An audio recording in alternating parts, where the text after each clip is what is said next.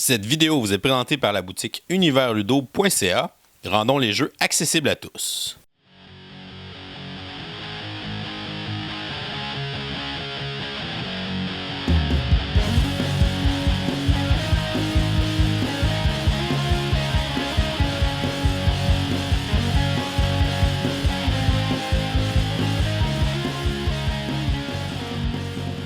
Salut les gamers, bienvenue à Professeur Board Game, je m'appelle David. Moi c'est LP.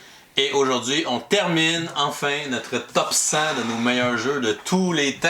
Finalement, numéro 10 à 1, donc les 10 meilleurs jeux qu'on considère parmi tout ce qui s'est fait. Puis on a déjà une couple de gros noms qui sont sortis.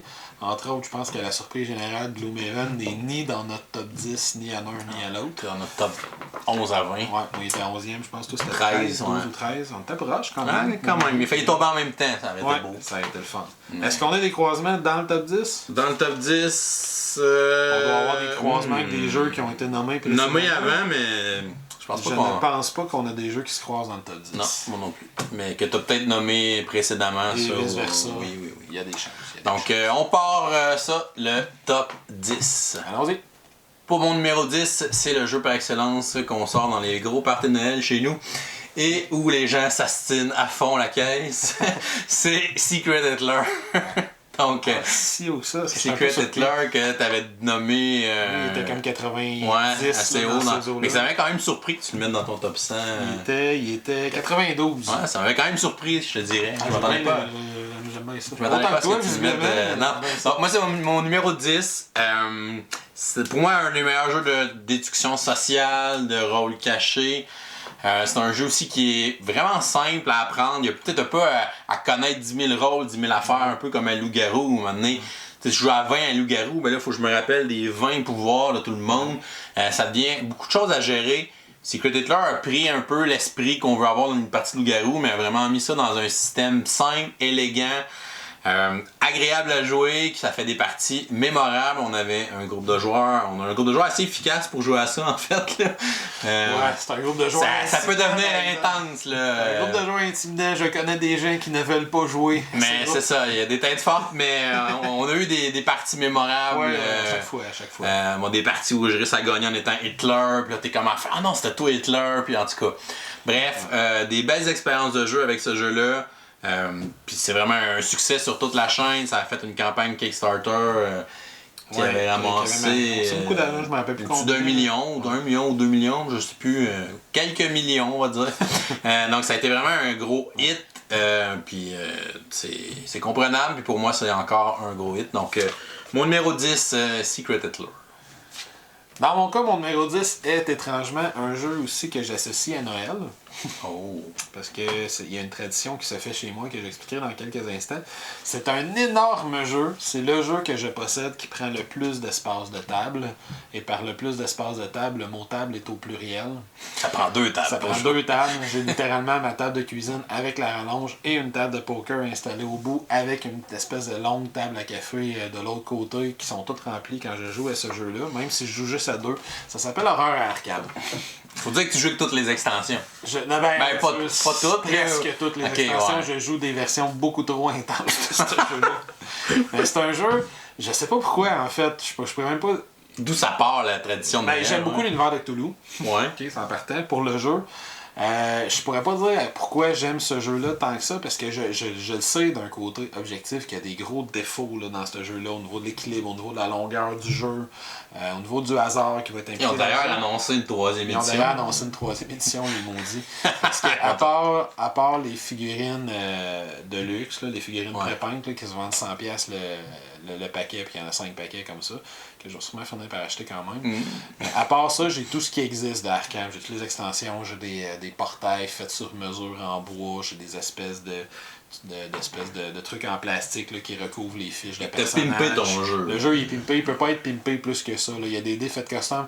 J'ai déjà backé une campagne Kickstarter de dés faits spécifiquement pour Horreur à Arkham, où sur le dé il y a 3 faces vertes, il y a 3 faces bleues, 2 faces vertes puis une face rouge, il n'y a pas de chiffre. Okay. Puis pour ceux qui connaissent le jeu savent pourquoi les dés sont faits comme ça.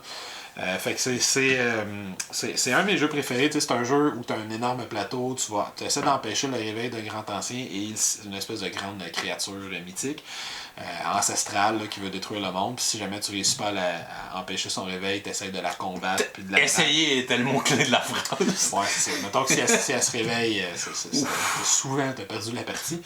Puis c'est un jeu où c'est un jeu coopératif où tu vas te promener sur un plateau. À chaque fois que tu arrives à un lieu, tu vas faire une rencontre dans un gros paquet de cartes rencontres. La rencontre va te donner des fois certaines options. Tu vas faire des tests de compétences pour essayer ça. Tu vas trouver des nouveaux sorts de l'équipement. Si tu essaies d'utiliser un sort, tu vas virer fou tranquillement parce que les sorts vont t'enlever de la santé mentale à chaque fois que tu les joues. Chaque personnage a des habiletés spéciales. Il existe 3 grosses extensions, 4 ou 5 plus petites extensions. Je les ai toutes, elles sont toutes mélangées. Je me sers de tout le matériel que j'ai à chaque partie. Pour ceux qui connaissent le jeu, je joue avec 2 des 3 grosses extensions à chacune des parties que j'installe.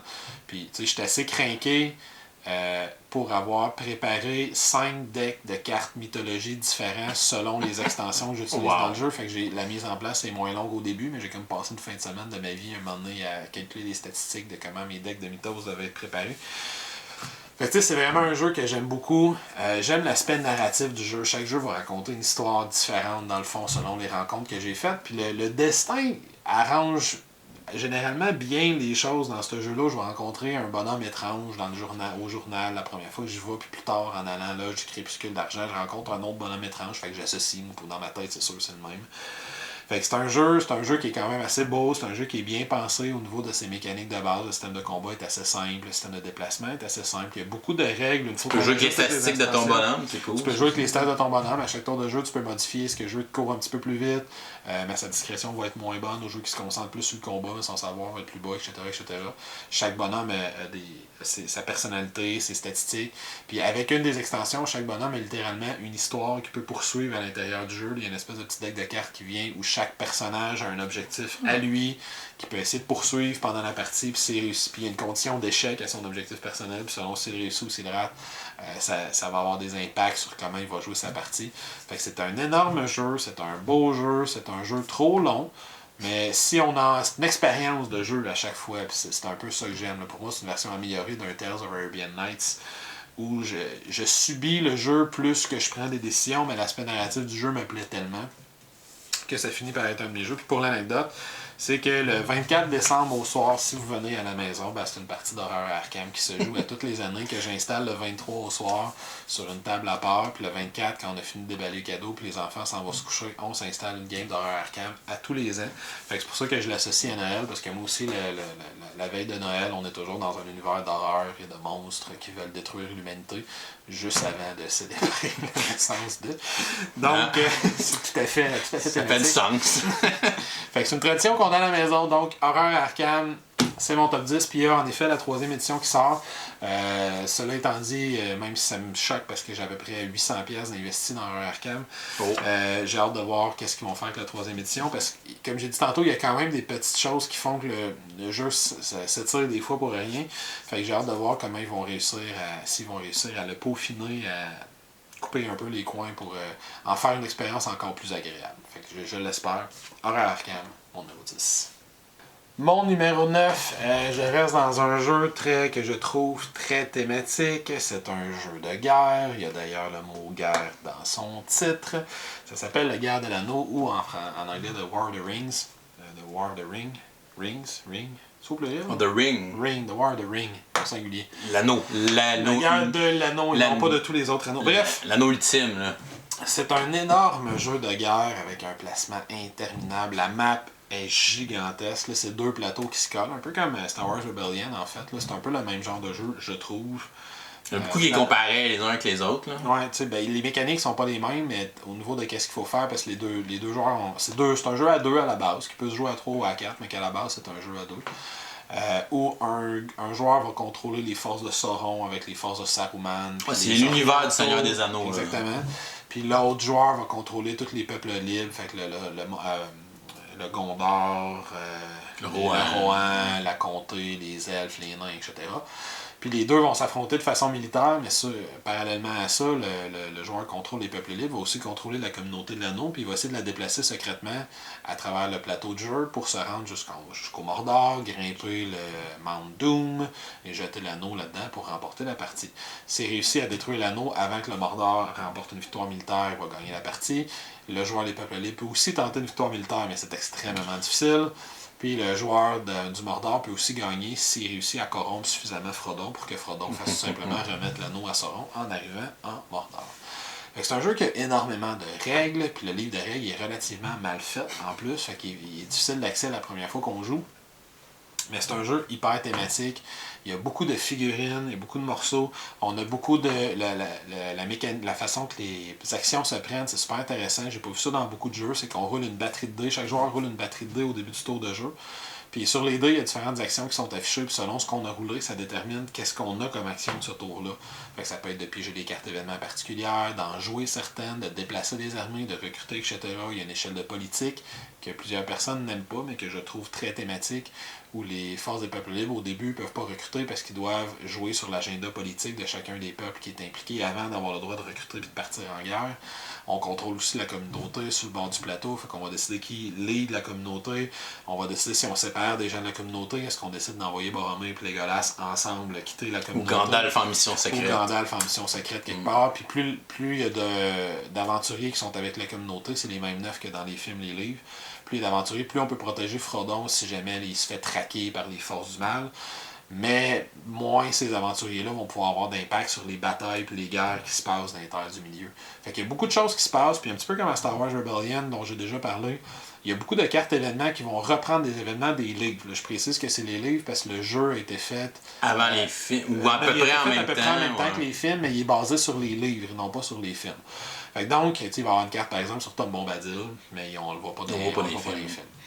Fait qu'il y a beaucoup d'événements qui reprennent des actions des livres. Fait qu'on peut jouer une carte, on peut avoir une force Saruman, on est en train de se construire ça en malade, puis l'autre va nous jouer une carte où les Trends débarquent de la forêt, puis ils viennent tout péter ce qu'on est en train de faire. Puis un peu comme Star Wars Rebellion, l'idée c'est que ces cartes événements-là reprennent la folie de Denethor, des trucs comme ça, vont reprendre des événements importants des livres, mais on les jouera pas nécessairement dans le même ordre ou de la même façon que les livres vont se passer, puis il va y avoir des moments épiques qui vont se créer. La dernière partie que j'ai jouée il y a quelques semaines, il y a eu un affrontement entre le roi sorcier et Aragorn à la bataille de la grande ville sur le bord de la falaise. Minas Tirith. Non, ça c'est l'autre. Le gouffre de Helm. Non, Minas Tirith, le seul qui est sur le bord de la falaise, là, construit dans la montagne. Puis les deux sont morts dans la même bataille. Aragorn s'est sacrifié. En fait, c'était Grand-Pa, il n'est jamais devenu Aragorn. Alors que Gandalf, lui, il est juste mort au gouffre de Helm. Puis Saruman, il a réussi à survivre dans sa tour, puis il a tout tué le monde dans le gouffre de Helm. Fait que on change les événements des films, on reproduit des batailles épiques, les règles de combat sont le fun, sont intéressantes, puis sont assez simples à jouer. On peut jouer des cartes pendant les combats qui vont influencer le combat, on a des lieutenants qui vont venir nous permettre de faire des relances. Le système de combat de base est comme beaucoup de jeux de guerre, le nombre d'unités que j'ai, c'est le nombre de dés que je lance, les 5 et 6 sont des succès. Puis, fait qu'il y a énormément de jeux de guerre qui respectent ces règles-là, mais là on a plein de variantes. Si j'attaque une forteresse, j'ai des malus, il faut que je dépense plus d'unités pour pouvoir attaquer. Les règles de recrutement sont le fun aussi, sont simples. Fait que si on aime les wargames, ça c'en est un vrai gros jeu de guerre à deux, surtout axé sur le combat. Puis les règles de combat sont le fun, sont simples, sont instinctives. Les autres règles dans le jeu sont un petit peu plus complexes. Ça prend quelqu'un qui connaît bien le jeu autour de la table pour qu'on ait vraiment une expérience optimale, pour qu'il puisse rappeler les règles à tout le monde constamment. Mais c'est un beau jeu, beaucoup de plastique, beaucoup de figurines. Le plateau il est gigantesque. Puis étrangement, c'est plus facile à jouer si on connaît bien l'univers du Seigneur des Anneaux. Fait qu'on va s'immerser davantage. Parce que littéralement, toutes les zones portent les noms tels qu'ils sont dans les films. Puis là, on peut jouer une carte, lire une carte que j'ai secrètement dans ma main qui dit recruter 3 unités à Dol Amroth. Je sais où ça, Dol Amroth, c'est quoi ça, Dol Amroth? Là, je cherche partout sur la map. Fait que quand tu connais l'univers, c'est plus facile de s'y retrouver. Mais bref, un excellent jeu de guerre, un des meilleurs, si ce n'est peut-être potentiellement, qui sait, le meilleur jeu de guerre que je connaisse médiéval là, dans l'univers du Seigneur des Anneaux, super thématique, très beau, très le fun. La guerre de l'anneau, mon numéro 9. Mon numéro 9, c'est un jeu de cartes et de engine building qui s'appelle Settlers, naissance d'un empire, ou en anglais Imperial Settlers. Imperial Settlers, numéro 9. Ouais, numéro 9, Imperial Settlers de Ignacy Trzewiczek. On va incarner une civilisation, là, les Romains, les Égyptiens, et on va avoir un deck de cartes qui est propre à notre civilisation, puis on va aussi avoir un deck de cartes commun au milieu de la table.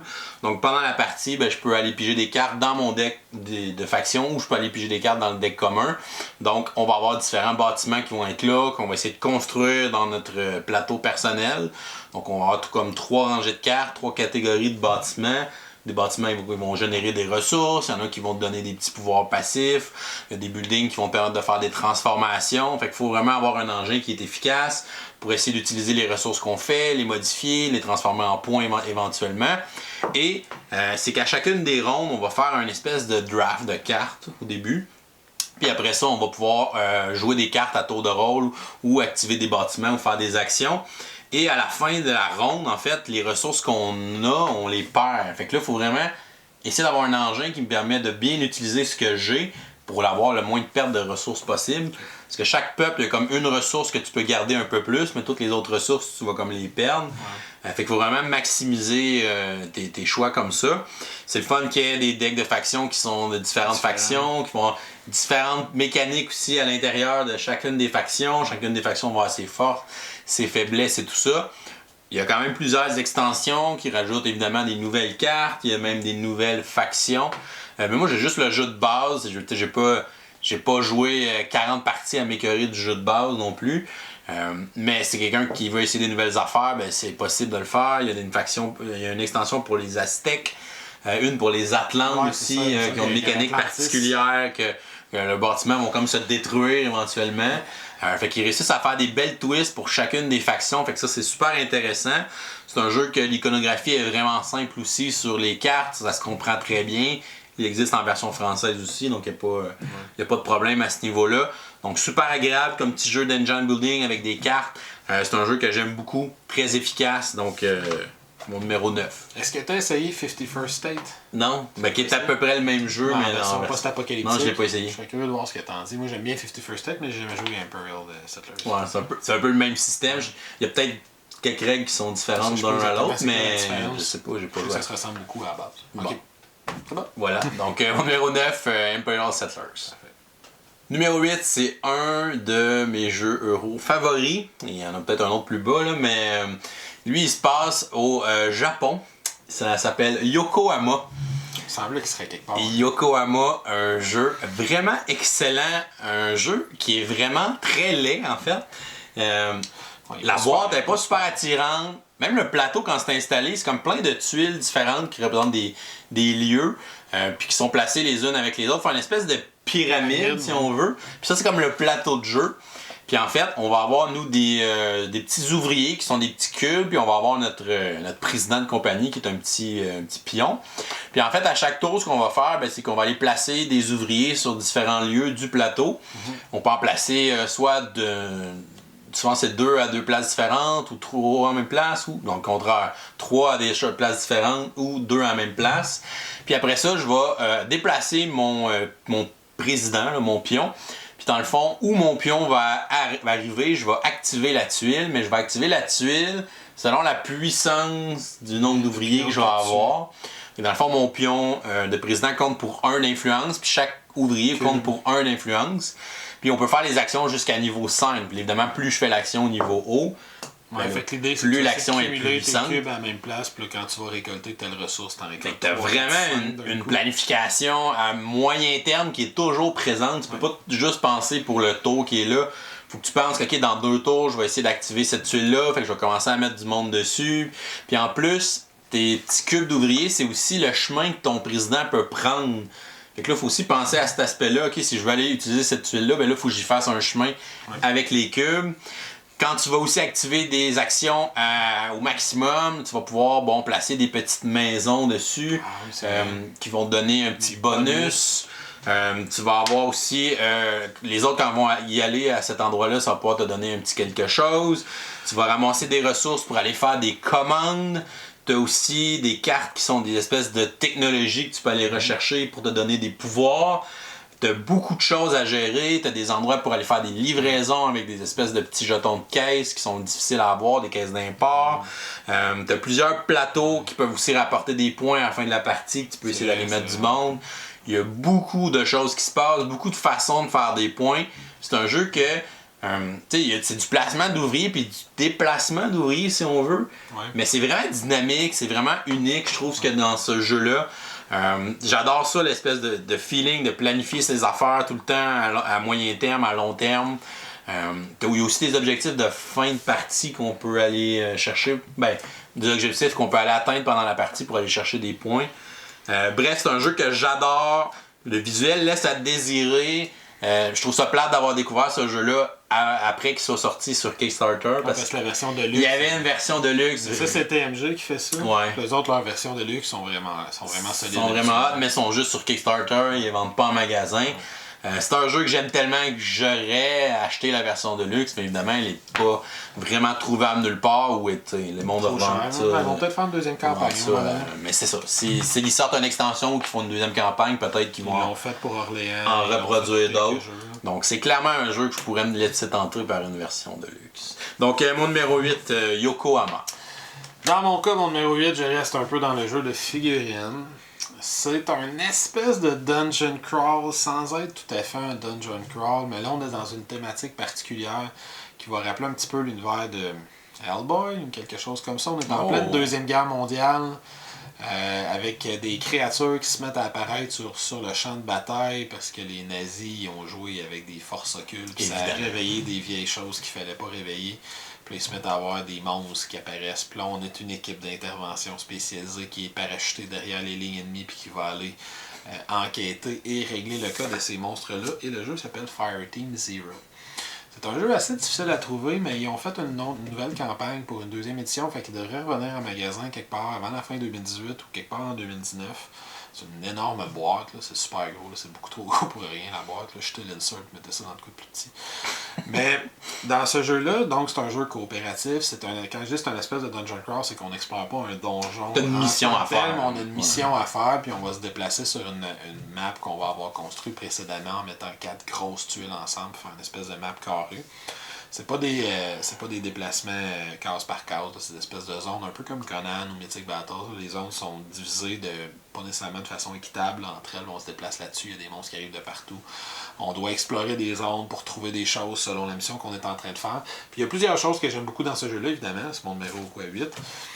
Premièrement, c'est un jeu qui se joue en mini-campagne. Ça veut dire qu'on est capable de faire une campagne au complet sans avoir besoin de mettre un investissement de temps de 18 soirées. Là.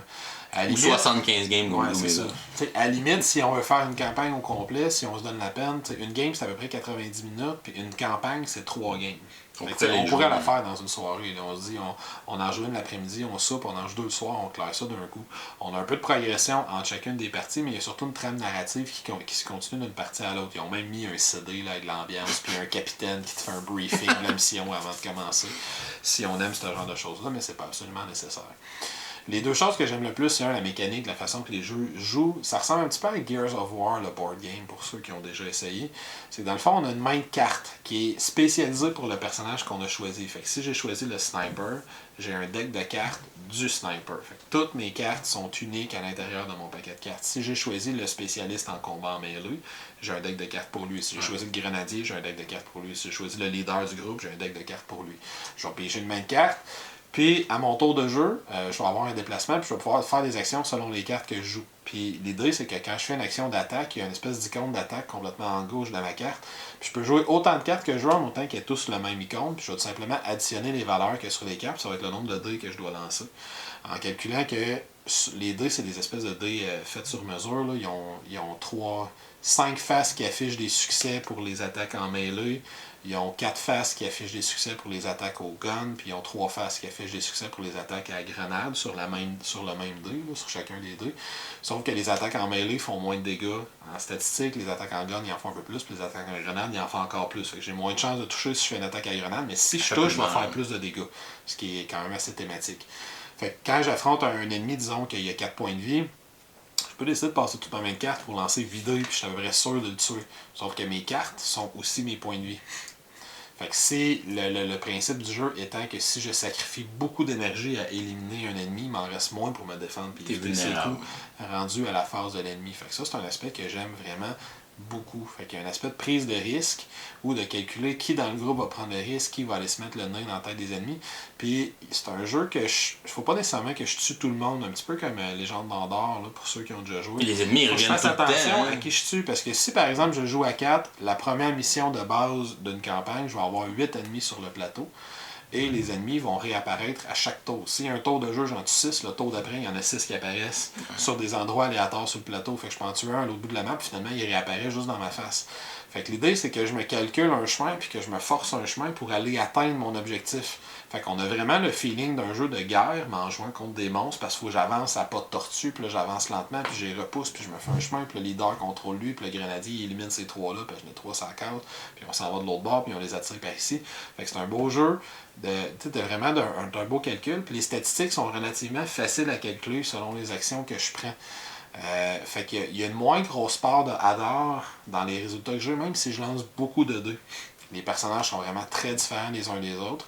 Il y a 3 monstres de famille qui viennent avec le jeu de base. Il y a 3 campagnes dans le jeu de base, donc 3 parties. Chaque campagne a un sentiment vraiment extrêmement différent l'une à l'autre. Les ennemis sont très différents les uns des autres. J'ai une super belle rejouabilité juste dans la boîte de base. J'ai une belle expérience sans que le jeu soit trop complexe. Là. Le jeu il se veut très réaliste, fait que je trouve pas des nouvelles armes et du nouvel équipement dans le milieu de la forêt de l'autre bord des lignes ennemies. Le stock que j'ai de base au début de l'émission, c'est ça que j'ai de base. Puis d'une partie à l'autre, ce que je fais, c'est que je rajoute des cartes plus puissantes dans mon deck. Fait que mon deck, il y a plus de cartes. Puis j'ai des nouvelles cartes, des versions améliorées de mes cartes. Puis je peux les choisir quelle carte je veux rajouter dans mon deck. Fait que je vais choisir une action spéciale. L'action vient en 4 ou 5 exemplaires. Je mets ça dans mon deck de base. Fait qu'à ma deuxième mission, au lieu d'avoir 16 cartes, j'en ai 20, mais j'en ai 4 fortes. Puis en troisième mission, au lieu d'en avoir 16, j'en ai 24. Mais là, j'imagine que t'as un gros boss à affronter. Puis à la fin de chaque campagne, t'as un gros boss à affronter qui est très difficile, que je dois remplir certaines conditions juste pour pouvoir le blesser. Fait que c'est un jeu que j'aime vraiment super gros. Les figurines, en toute honnêteté, sont de qualité correcte. Au mieux, là, c'est pas Simon qui a fait ce jeu-là, c'est Emergent Games, je pense. Fait que les figurines sont tout à fait correctes, sont pas exceptionnelles, mais sont correctes. Là, je les peindrai si un jour je m'en viens bon là-dedans, je commence. Mais c'est un jeu qui est tout à fait correct au niveau visuel, les composantes sont correctes sans être exceptionnelles, mais le système de jeu, les mécaniques de jeu sont vraiment, selon moi, exceptionnelles. C'est un des meilleurs, ou peut-être le meilleur dungeon crawler que je connaisse. Fireteam Zero, c'est mon numéro 8. Mon numéro 7, je m'en vais vers le Western, un jeu euro extrêmement lourd. J'aime bien les jeux euro extrêmement lourds, je pense que vous en avez rendu compte. C'est un jeu dans lequel on va avoir à construire une ville. C'est un jeu où les joueurs peuvent quand même être assez agressifs les uns avec les autres. C'est ça qui fait sa particularité, entre autres, à ce jeu euro-là. Ça s'appelle Carson City. Dans Carson City, les joueurs vont construire la ville de Carson City. Fait qu'on a une grosse partie de la map qu'on a une ville, comme l'hôtel de ville au centre, avec une espèce de prairie autour, puis une rivière si on joue à 2. Puis, on a le haut du plateau, qui est les actions qu'on peut faire dans le jeu, là, qui est l'endroit où on va déplacer nos ouvriers, qui sont des cowboys. Puis, la série, la ligne d'action suit une espèce de chemin prédéterminé. Fait qu'on va aller placer nos ouvriers sur cette action-là. Fait que je peux aller chercher de l'argent, acheter des pistolets, construire des bâtiments, des trucs comme ça. Puis où on peut aller placer nos ouvriers directement sur le plateau, qui sont des zones desquelles on va prendre possession. Là, on va placer une tuile de possession sur cette zone-là.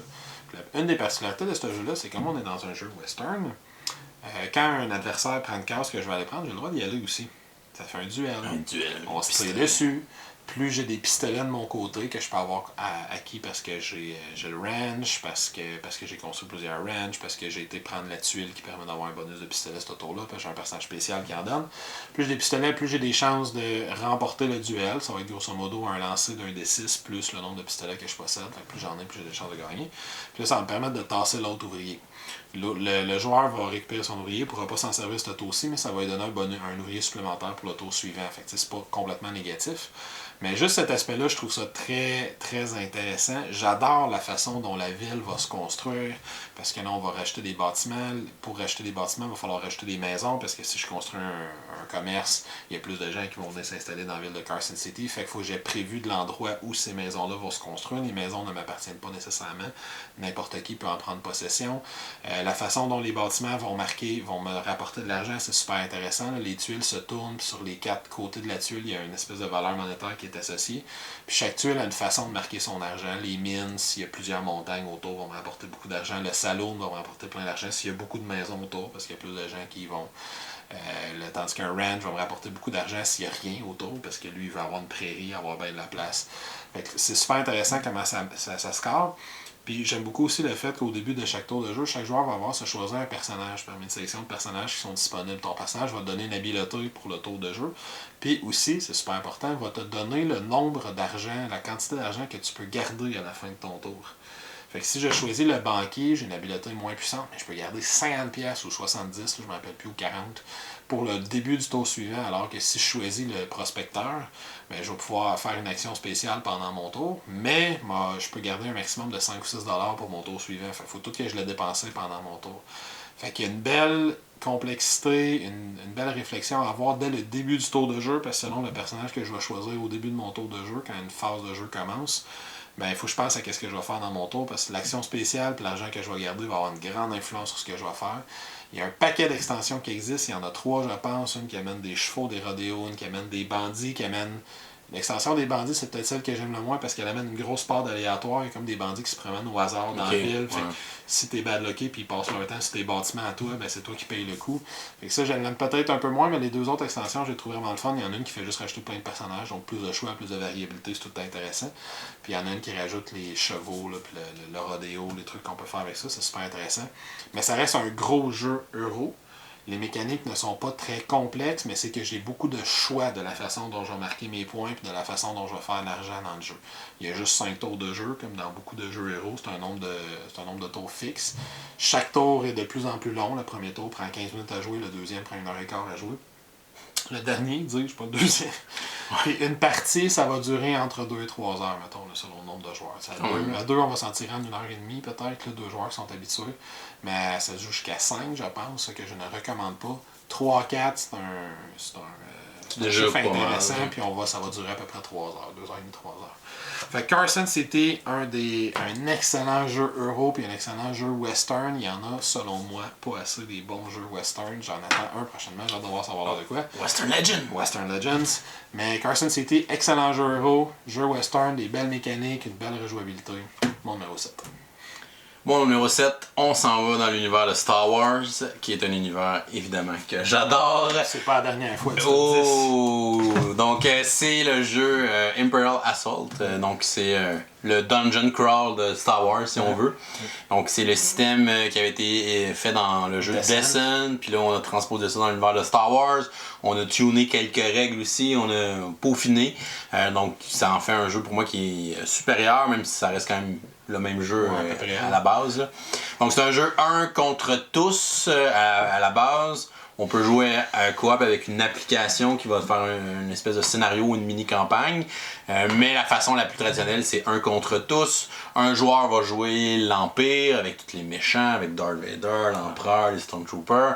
Et les autres joueurs, de façon coopérative, vont jouer les rebelles, donc des héros rebelles, qui sont pas les héros des films, là, c'est vraiment des héros qui sont inventés pour le jeu.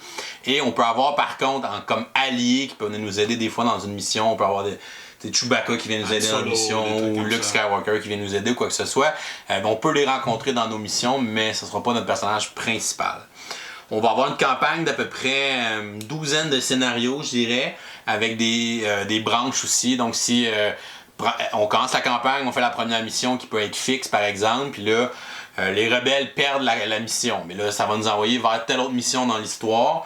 Puis là, entre les missions, on a des fois des espèces de side quests qu'on va pouvoir avoir, qu'on va piocher dans un deck qu'on va avoir fait avant le début de la campagne. On peut aller faire des side quests qui sont reliés à notre personnage, qui peuvent nous donner un upgrade ou une arme spéciale, un sabre laser par exemple.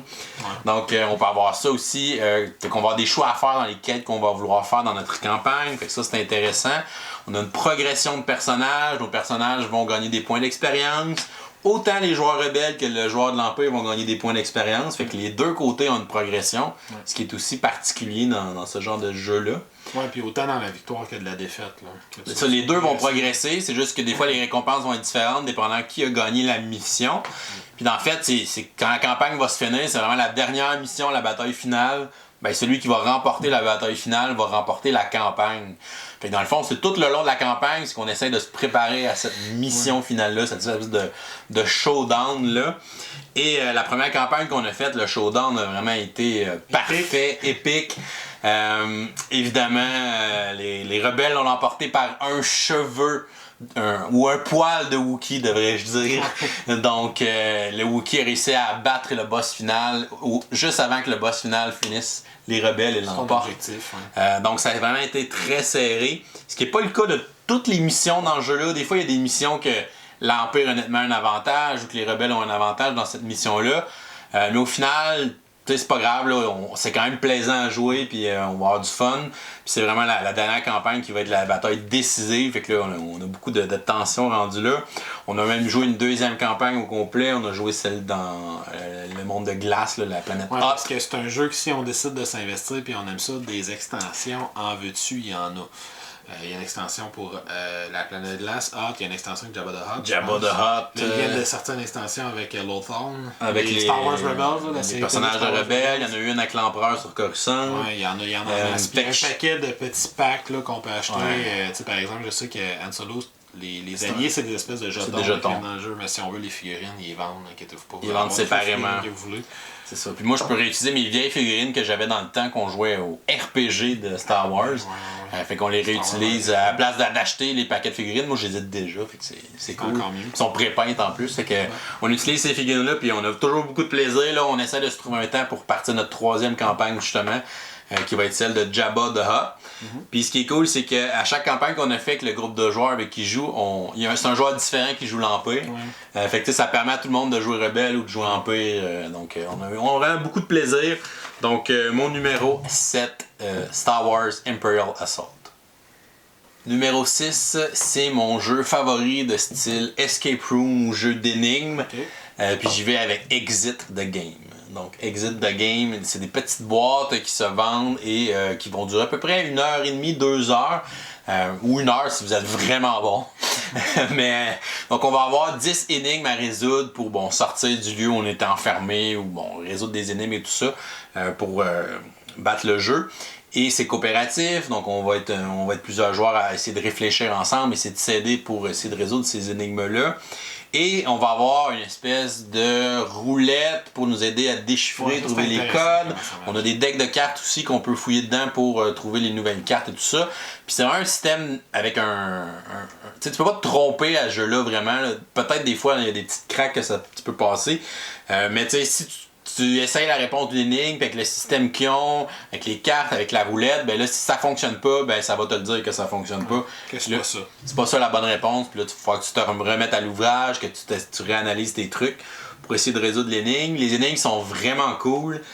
On a du matériel à l'intérieur du jeu. On a une espèce de petit livret avec plusieurs pages, des illustrations et tout ça. Et le livret, on va le défaire, on va plier des feuilles, on va découper des feuilles, on va écrire. C'est ça sa particularité à Exit comparativement aux autres board games qui sont des escape rooms, c'est que lui, tu le manipules. Ce qui fait que son principal défaut, c'est que tu peux pas le refaire puis le préparer. Il n'est pas réutilisable. Il n'est pas réutilisable. Mais lui, tu vas découper dans la boîte, tu vas déchirer une page en deux, il va falloir que tu découpes un zigzag quelque part puis te faire des lunettes pour regarder. Tu dessines de quoi direct sur une des pages. Fait que, le matériel n'est pas réutilisable, mais ça fait qu'on peut aller chercher des énigmes, je pense, un peu plus profondes, un peu plus originales, qui des fois sont assez corsées. Et on a un système d'indices. Maintenant, on peut être pris, ça fait 20 minutes qu'on est sur cette énigme-là, on n'a pas avancé. OK, on va aller chercher un indice ou 2 indices. Donc, on a un paquet de cartes indices pour chaque énigme. Fait qu'on peut aller chercher 2 indices. Si après 2 indices, je trouve encore rien, mais là, j'ai vraiment la carte de la solution pour me dire la réponse. Puis là, après ça, je peux continuer le scénario puis passer à autre chose. Parce que plus j'avance, plus je vais débloquer des nouvelles cartes qui vont me donner des indices sur les différentes énigmes, ou on va débarrer une nouvelle pièce qui va me donner accès à certaines affaires. Fait qu'il y a vraiment une progression à faire dans le scénario. Fait que c'est important de résoudre chacune des énigmes pour pouvoir avancer. De là les indices si vous êtes bloqué. Passez pas nécessairement trop de temps sur une énigme à un moment donné. C'est un jeu, je vous recommande de jouer à 3 ou 4 maximum. On a déjà fait une partie à 6, là, il y en a qui se tournent un peu. Ouais, c'est ça. Il n'y a peut-être pas assez d'énigmes ou de matériel en même temps pour plus que ça de joueurs. Puis à 3-4, je trouve qu'on a assez aussi de cerveaux différents autour de la table. On peut avoir plusieurs idées. Je suis d'accord. Parce que les énigmes, tu sais, il y a vraiment différents types d'énigmes. Puis là, des fois, un joueur peut être bon dans tel type d'énigme, un autre joueur. Un repérage visuel, l'autre va penser à virer des affaires à l'envers, l'autre va être bon avec les chiffres. L'autre voit des chiffres partout, donc il va dire ah non, il faut plier ça ou telle affaire. Donc chacun va avoir ses forces, ses défis.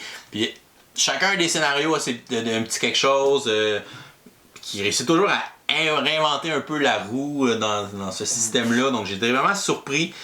J'en ai joué combien? 1, 2, 3, 4, 5. J'en ai joué comme 8. J'ai comme un cimetière de Exit au-dessus de la bibliothèque. J'en ai joué 8. Les restes sont tous plus bons. Ouais, j'en ai joué 8 à date. Donc j'attends le prochain qui vient d'arriver en magasin. Mais, celui qui arrive demain par la porte. Celui qui arrive demain avec Time of the Underdog. Voilà. Donc, mon numéro 6, Exit the Game.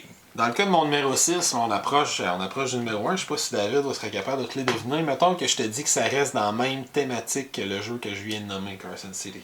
C'est encore un jeu cowboy western. Un autre jeu cowboy? J'irais même jusqu'à dire que c'est encore un jeu euro cowboy western. J'ai rien qui me vient en tête. Il y a du deck building dedans. Great Western Trail. Great Western Trail. Great Western Trail, comme je l'ai dit, c'est un autre jeu euro, c'est un jeu de cowboy, puis c'est niaiseux à dire, mais au niveau de la thématique, une des choses que j'ai beaucoup aimé, c'est que c'est à peu près le seul jeu cowboy que je connaisse qui n'a pas d'agressivité dedans. C'est un jeu de cowboy où il n'y a pas de violence, c'est un jeu de cowboy. On gère des vaches. T'es un vrai cowboy au sens premier du terme, t'es pas un pistolero, t'es un cowboy. Un cowboy, c'est un rancher, c'est quelqu'un qui gère un troupeau de vaches, ou un troupeau Vraiment. Qui gère un troupeau. Fait que dans ce jeu-là, les joueurs gèrent un troupeau de vaches. Le troupeau de vaches est représenté par une main de carte, qui est d'où l'aspect deck building. Puis il y a vraiment un aspect deck building à l'intérieur du jeu, mais c'est une mécanique parmi tant d'autres. Parmi 12. Ah, plus que ça. L'idée de Great Western Trail, c'est que dans le fond, on part d'un point de départ, puis on va se rendre jusqu'à Dodge City en se déplaçant sur un plateau, en suivant la trail, le Great Western Trail, en suivant la piste qui mène jusqu'à Dodge City. À chaque tour, on va décider d'un nombre d'espaces qu'on se déplace, de 1 à 3 espaces, en suivant la piste, puis on va arrêter sur un bâtiment. Fait qu'on peut arrêter sur le premier, le deuxième ou le troisième bâtiment qui est en avant de nous autres sur la piste, puis on va déclencher le ou les effets du bâtiment.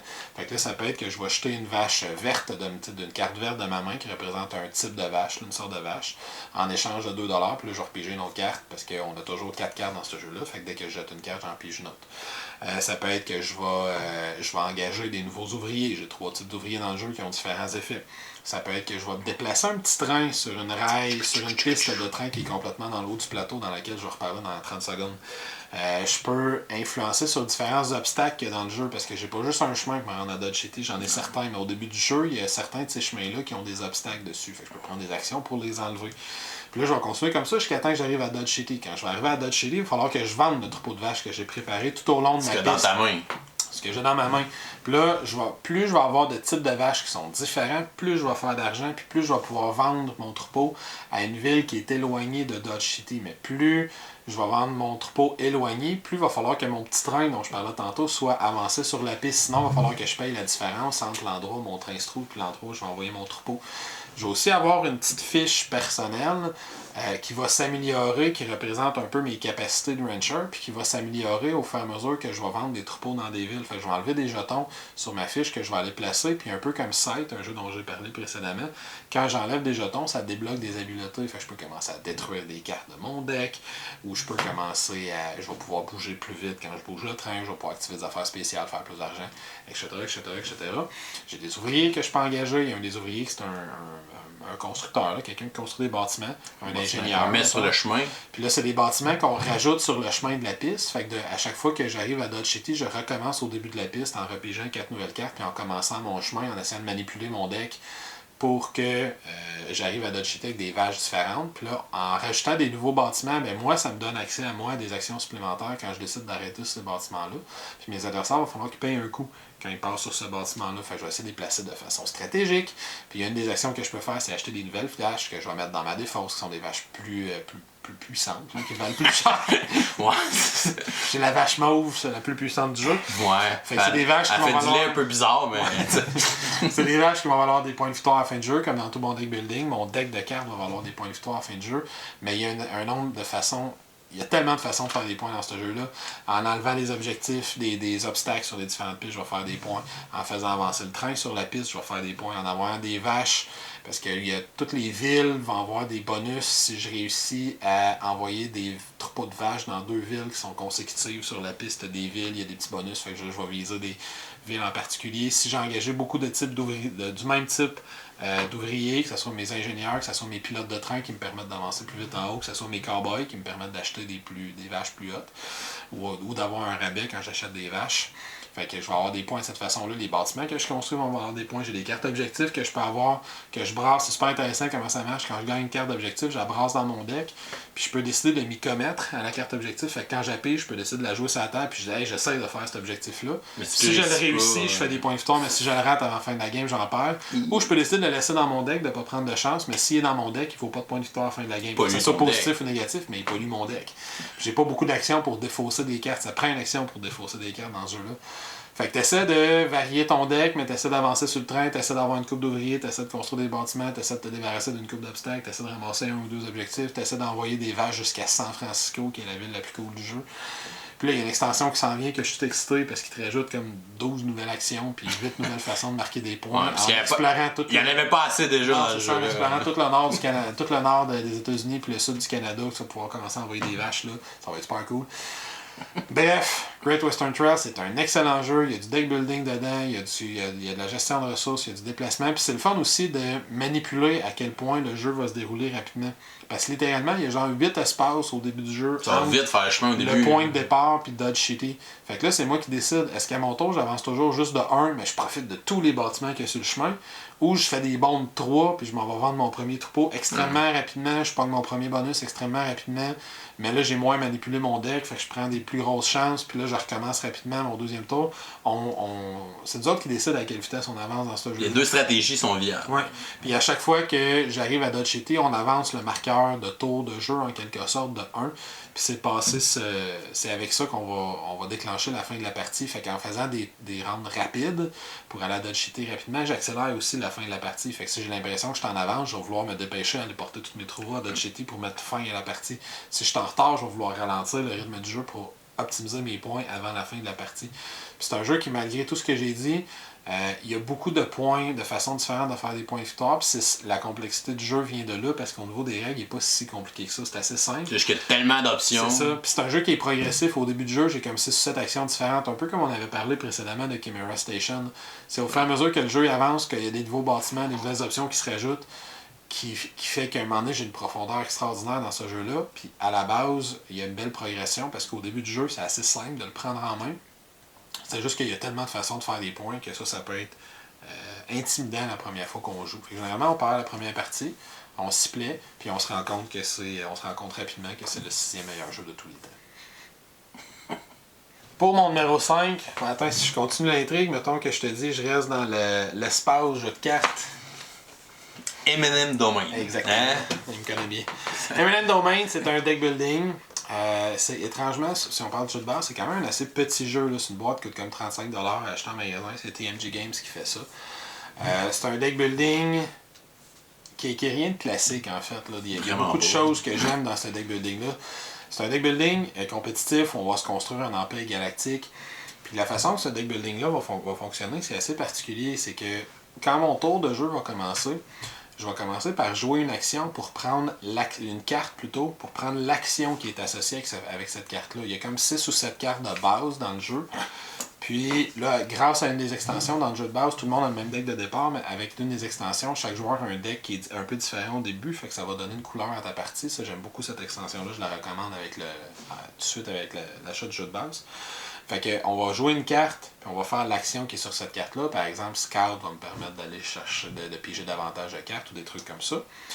Mais dans la deuxième phase de mon tour de jeu, je vais entreprendre, je vais choisir un rôle. Puis là, la façon que ça va fonctionner, c'est qu'au centre du plateau, il y a toutes les cartes de base, il y a un nombre de cartes nombre de cartes de base dans chacune des piles associées à chacune des actions de base. Comme je disais, il y a 6 actions de base, par exemple, il y a l'action de guerre, il va y avoir, selon le nombre de joueurs, disons 15 cartes dans le paquet d'actions de guerre. Il va y avoir 15 cartes dans le paquet d'actions d'exploration, il va y avoir 15 cartes dans le paquet d'actions recherche. Fait que quand je décide de faire un rôle, je vais prendre une des actions qui est au centre, je vais la prendre, je vais la jouer devant moi. Fait que je la prends pas de mon deck, je la prends d'une pile centrale. Et là, de mon deck, je peux choisir autant de cartes qui ont le même symbole pour les rajouter à celles que je viens de jouer. Augmenter ton pour action. améliorer l'effet de l'action. Fait que si je joue une action de guerre pour aller chercher des vaisseaux de guerre, ben là, je vais prendre l'action de guerre, je me donne un vaisseau, puis là, pouf, je rajoute 4 cartes de guerre qui me restaient dans ma main, fait que je vais prendre 5 vaisseaux d'un seul coup. Et là, en même temps, l'action que je joue, que j'ai pris du centre, et toutes les cartes que j'ai dans ma main s'en vont dans ma défausse. Fait que je viens de modifier un peu mon deck en le rendant plus orienté vers la guerre. Puis si le tour d'après, ben, je prends une autre action de guerre, puis le tour d'après, je prends une autre action de guerre, puis le tour d'après, je prends une autre action de guerre, mais je finis par avoir plein de cartes de guerre dans mon deck. Fait que je vais faire beaucoup d'actions qui ont rapport avec ça. Et en plus de ça, pendant que moi, je choisis mon rôle, mon adversaire peut jouer toutes les cartes qui ont le même rôle que j'ai choisi de sa main et suivre l'action que je fais. Il fait la même action, mais une version un peu moins puissante, avec un petit peu moins d'options, parce que c'est pas lui qui a choisi le rôle. Fait que si en plus je suis capable un peu de prédire ce que mon adversaire va faire, d'après moi, il va vouloir explorer puis aller chercher des nouvelles planètes à explorer. Fait que d'après moi, il va faire une action d'exploration. Moi, j'ai plein de cartes d'exploration dans ma main. Fait que pendant mon tour, je vais faire d'autres choses, puis je vais garder mes cartes d'exploration. Les jouer dans son tour. Je vais les jouer dans son tour. Fait que je vais jouer 2 tours d'affilée. Je dois jouer 2 tours en un. Extrêmement efficace. Faut que tu suives un peu ce que l'autre achète. Ce que l'autre fait, puis tu peux essayer de prévoir tes actions en conséquence. En plus de ça, à la fin d'un tour de jeu, c'est moi qui décide le nombre de cartes que je remets dans ma défausse avant de repiger à ma main pleine. Fait que si j'ai pigé plein de cartes de colonie, j'en ai plus besoin, je peux toutes les jeter dans ma défausse, puis je repige pour prendre d'autres types de cartes. Fait que c'est un jeu qui a une super belle mécanique de base, puis étrangement, c'est un des rares deck building que tu vas construire ton deck en faisant juste reprendre tout le temps des nouvelles cartes de base. C'est juste que je vais spécialiser mon deck selon le type de nombre de cartes qui augmente les actions. Exactement. À part ça, il y a une action spéciale qui est l'action de recherche, que là, qui me permet d'aller chercher des cartes spéciales que je vais racheter dans mon deck, des cartes particulières. Mais littéralement, dans une partie, je vais peut-être faire juste 2, 3, 4, 5 actions de recherche. Fait que je vais avoir un gros deck qui a beaucoup de cartes de base, puis 4-5 cartes spéciales. C'est juste que le nombre de cartes de base que j'ai, ben, va personnaliser la façon dont mon deck va se jouer. Fait que ça se peut que je sois un deck où je vais racheter plein de planètes dans mon empire, puis après je vais tout attaquer ces planètes-là pour les coloniser de façon agressive. Ou je peux avoir un autre deck, que je vais racheter plein de planètes dans mon empire, mais les planètes, je vais toutes les coloniser avec des cartes de colonie pacifiques qui vont me permettre d'en prendre contrôle, mais de façon pacifique. Je peux avoir un autre deck où j'ai juste 2-3 planètes devant moi, mais les planètes peuvent produire des ressources, puis moi j'ai plein de cartes qui me permettent de produire des ressources sur ces planètes-là, puis de les vendre après pour avoir des points de victoire. Je peux avoir un autre deck, là j'ai beaucoup de cartes de recherche dans mon deck, fait que j'achète plein de cartes que je rajoute à mon deck qui valent des points de victoire à la fin de la partie. Il y a énormément de façons, puis surtout si on commence à rajouter des extensions avec les météorites, avec les rôles politiques, avec qu'est-ce qu'il y a d'autre, avec les armadas de guerre. Il y a beaucoup d'extensions que je peux acheter. Il y a une superbe rejouabilité dans ce jeu-là. C'est un jeu qui devient compliqué quand on rajoute beaucoup d'extensions, mais si on le montre à quelqu'un, on montre le jeu de base avec l'extension qui personnalise ton rôle de base. Puis c'est vraiment un deck building qui est extraordinaire, selon moi évidemment, qui est assez simple à jouer, puis assez instinctif à jouer, puis qui permet, sans être trop complexe, de donner des beaux choix aux joueurs. Est-ce que j'explore beaucoup de planètes, puis je me fais un empire avec plein de planètes devant moi? Est-ce que j'attaque beaucoup? Sauf que puis il y a une interaction qui est intéressante entre les joueurs, parce qu'on peut suivre le rôle de l'autre en jouant des cartes, mais les joueurs ne s'attaquent pas entre eux. Fait que tu vas essayer de te construire un peu pour être un peu complémentaire à lui, pour que tu puisses au moins profiter de ses actions. Au moins un peu. Tu sais, c'est le joueur qui part beaucoup dans la guerre, mais je vais me prendre au moins une couple de cartes de guerre pour que quand il fait l'action de guerre, je vais je vais le suivre un petit peu en guerre. Il y a toujours tu peux toujours te rabattre sur le fait que quand tu suis pas l'adversaire, tu piges une carte. Fait que tu vas commencer ton tour de jeu avec plus de cartes. Mais c'est généralement plus puissant de faire une action pendant le tour de mon adversaire que de juste piger une carte pour mon propre tour à moi. Fait que très intéressant. Puis il y a une des cartes de base qui me permet de tuer des cartes de mon deck. Fait que tu sais, ils se cassent pas la tête avec si je veux purifier mon deck, puis si je veux enlever des cartes. Il y a une action qui est de base là, qui me permet de purifier mon deck. Fait que je peux le faire rapidement s'il y a certaines cartes que j'aime pas. Fait qu'un super beau jeu, super bon jeu, un excellent deck building. Pas le meilleur au monde, mais disons le deuxième meilleur au monde. On va en avoir un autre dans pas long. Possiblement. Fait que on était à quoi? Numéro 5, Eminent Domain. Mon numéro 5, c'est le meilleur jeu Legacy. Le meilleur jeu Legacy. Ah ouais, le meilleur jeu Legacy. Pandémie, Legacy. Saison 1, on va dire. Parce que la saison 2, on l'a pas terminé encore. Donc, Pandémie Legacy, un jeu qui est basé déjà sur quelque chose de solide. Là. Pandémie, c'est un jeu qui a fait ses preuves, c'est un bon système. Ça a vraiment poussé ça à un autre niveau que la version Legacy. La version Legacy, c'est une histoire, une campagne qu'on va suivre au long de 12 à 24 parties, là, dépendant de combien on en perd. Autour de 16 à 18, mettons. Ouais, c'est ça.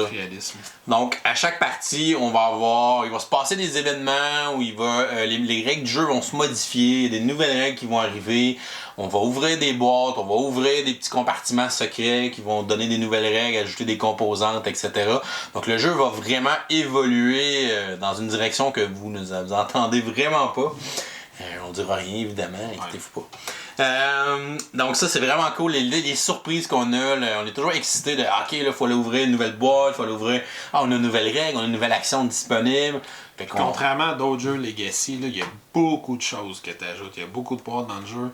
Il y a à peu près 4 ou 5 espèces de panneaux cartonnés, là, que c'est plein de collants. Un peu comme des calendriers de l'Avent. Oui, qui sont soit des collants que tu vas coller dans le livre de règles qui rajoutent des règles, soit des collants que tu vas coller directement sur le plateau qui vont modifier le plateau d'une façon ou d'une autre, ou sur les cartes ou les fiches de personnages ou les whatever. Ça peut être n'importe où, sur n'importe quel composant du jeu. Comme je disais, il y a littéralement des composantes qui se rajoutent ou qui s'enlèvent ou qui se modifient. Ça veut dire que le jeu avance. C'est vraiment un jeu qui a eu des belles surprises, des beaux rebondissements. Ça a été une super belle expérience de jeu. On l'a fait ensemble justement avec 2 autres personnes, donc on l'a fait à 4 joueurs. Ça a été vraiment trippant. Ça reste une de mes expériences de jeu les plus mémorables encore. Même c'est un jeu que je peux plus vraiment rejouer. Je pourrais refaire une autre campagne avec d'autres mondes, mais je connais un peu les punchs de l'histoire. C'est comme réécouter un film que tu as déjà vu. Ouais, puis en fait, c'est presque pire parce que pour connaître quelqu'un qui l'a fait 2 fois la campagne, ce qu'il me disait, c'est que la deuxième fois, non seulement tu sais ce qui s'en vient, mais tu es presque obligé de te fermer à la trappe. Parce que les autres joueurs autour de la table ne le savent pas nécessairement. Fait que toi, tu passes la game à rien dire. Parce que tu sais qu'il va y avoir telle chose, tu sais que quand on va ouvrir telle boîte, c'est tel événement qui se passe. Fait que tu peux préparer en conséquence. Fait que puis là, tu veux pas gâcher la surprise pour les autres. Fait que tu parles moins que dans ta première campagne. Tu la subis plus que ta vie. Fait que faire juste une fois, mais c'est quand même, on parle quand même de 18 parties pour. Ouais, et puis après, de toute façon, vous avez la saison 2 à aller faire, là. Vous ne refaites pas la saison 1. Qui est un autre 20 parties pour un autre 60 $. Fait que ça vaut la peine. Même la saison 2, j'ai trouvé ça cool aussi, que ça part, puis que c'est vraiment. Le jeu est vraiment différent à la base. C'est pas un pandémie de base. Comparativement à la saison 1, tu commences la première partie, c'est du pandémie classique. Là. Puis là, il arrive un événement, ça commence à changer puis à évoluer. Mais la saison 2, ils ont vraiment forgé un nouveau système. Fait que c'est le fun qu'ils soient sortis du sentier battu puis qu'il n'y ait pas juste. Moi, je vais regarder mon jugement pour la fin de la campagne. Je suis pas sûr à 100%. On l'aime bien. Je le trouvais plus dirigé, peut-être. Qui impose plus les décisions que tu as à prendre dans la saison 2. Peut-être. Je sais pas exactement comment dire, mais on va attendre de voir où ça va. On est dans le premier quart, là, à peu près. Le premier tiers. On est quasiment à moitié, non? On n'a pas joué 5-6 games. 5-6. On est rendu au mois de mai, juin. On est quasiment à moitié, je pense. Ok, ouais, quand même. Ouais. Fait qu'on va garder ce jugement, mais il est quand même très bien. Mais à date, la saison 1 reste. C'est clair. Donc, mon numéro 5, c'est Pandémie Legacy, saison 1. Numéro 4, c'est un jeu que j'ai parlé souvent dans mes vidéos ou dans les médias sociaux. C'est Les Voyages de Marco Polo. Donc, un jeu de placement de dés, un jeu euro. On va avoir un personnage qui est vraiment puissant dans ce jeu-là. Les personnages ont des habilités qui brisent carrément le jeu ou certaines règles.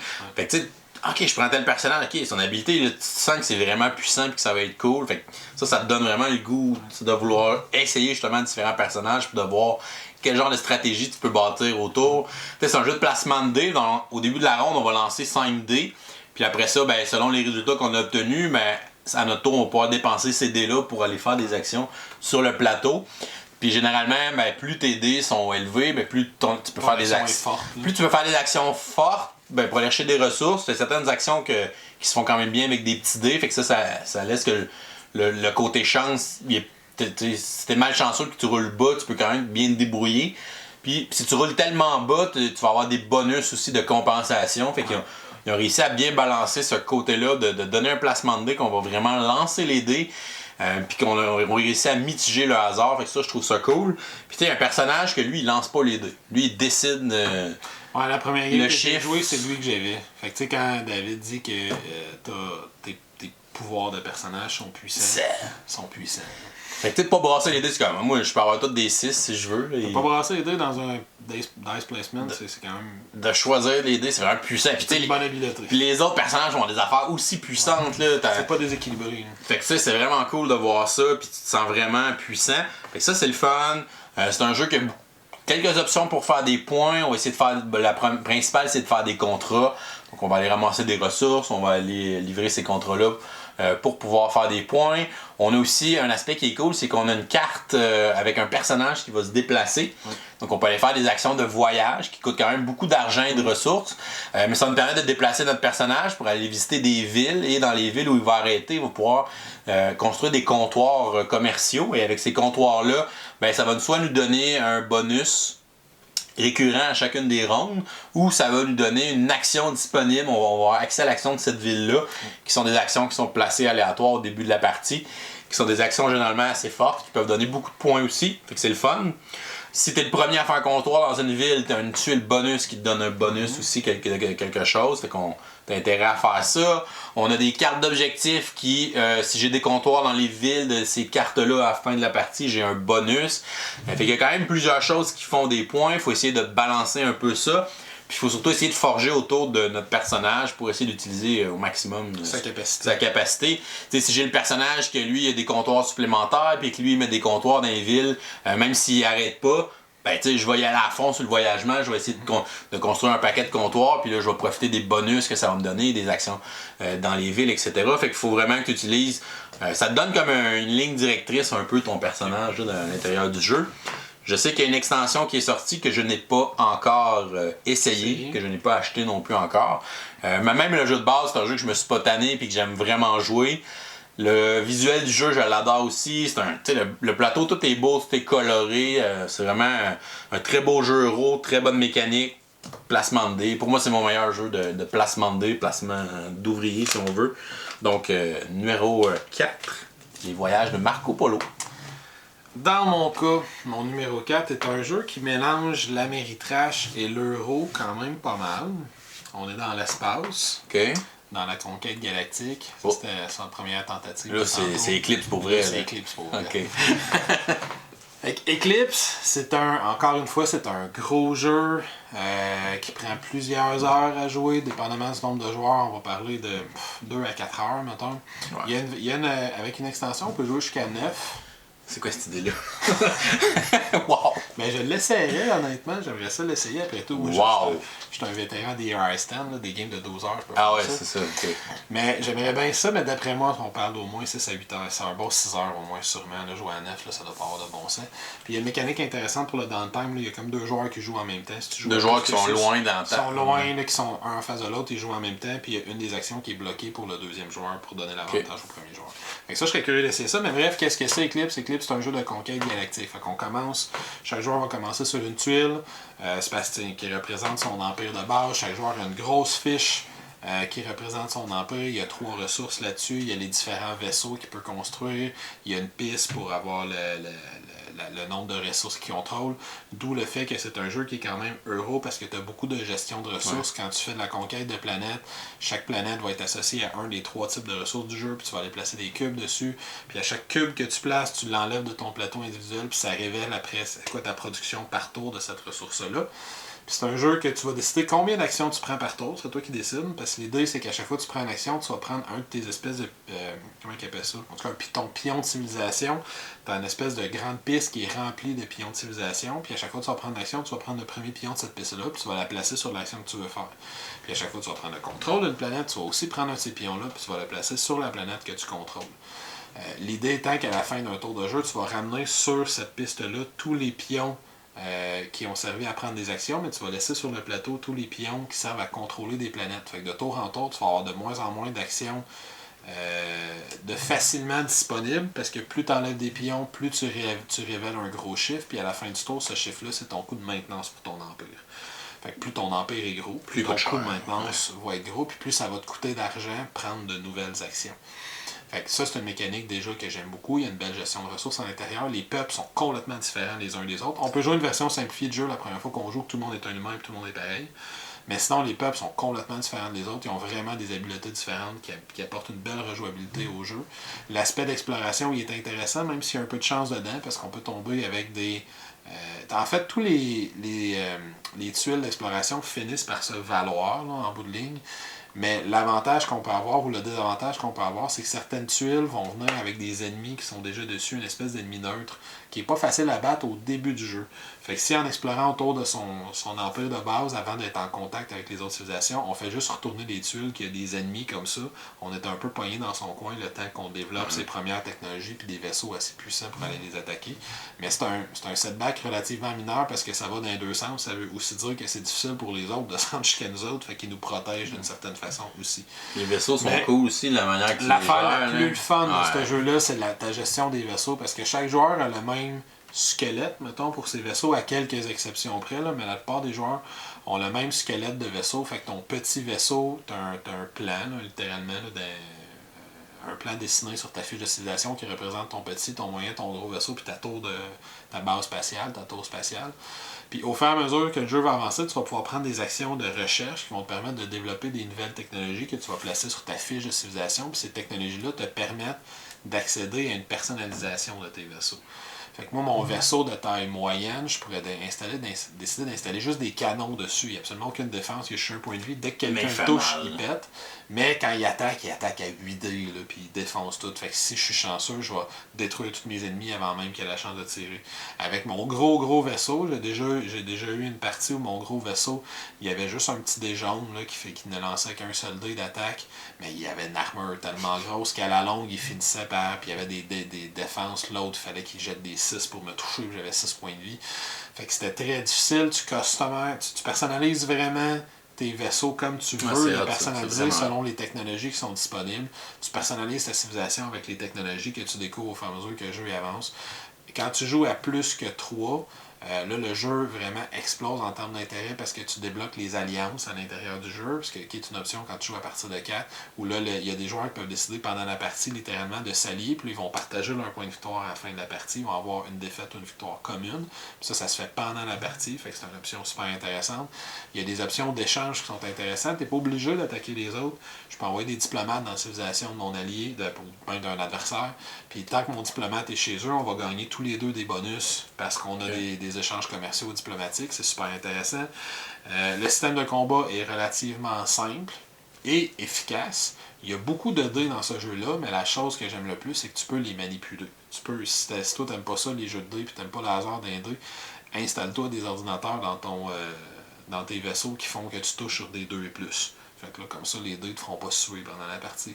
Installe-toi ça, puis arrange-toi pour tirer 8 dés quand tu attaques avec ton vaisseau, puis tu devrais être correct. Là, à moins de rouler 8 heures. Là. Mais les dés, tu peux les manipuler. Si tu te sens chanceux, installe des canons qui frappent fort, mais que tu touches sur des 5 et plus. Puis toi très rapide pour être le premier à attaquer. Tu peux jouer avec les probabilités à l'intérieur de ce jeu-là, construire tes affaires comme tu le veux. C'est la chose probablement que j'aime le plus de ce jeu-là. Là. Tu peux personnaliser ton expérience, tu peux personnaliser ta civilisation.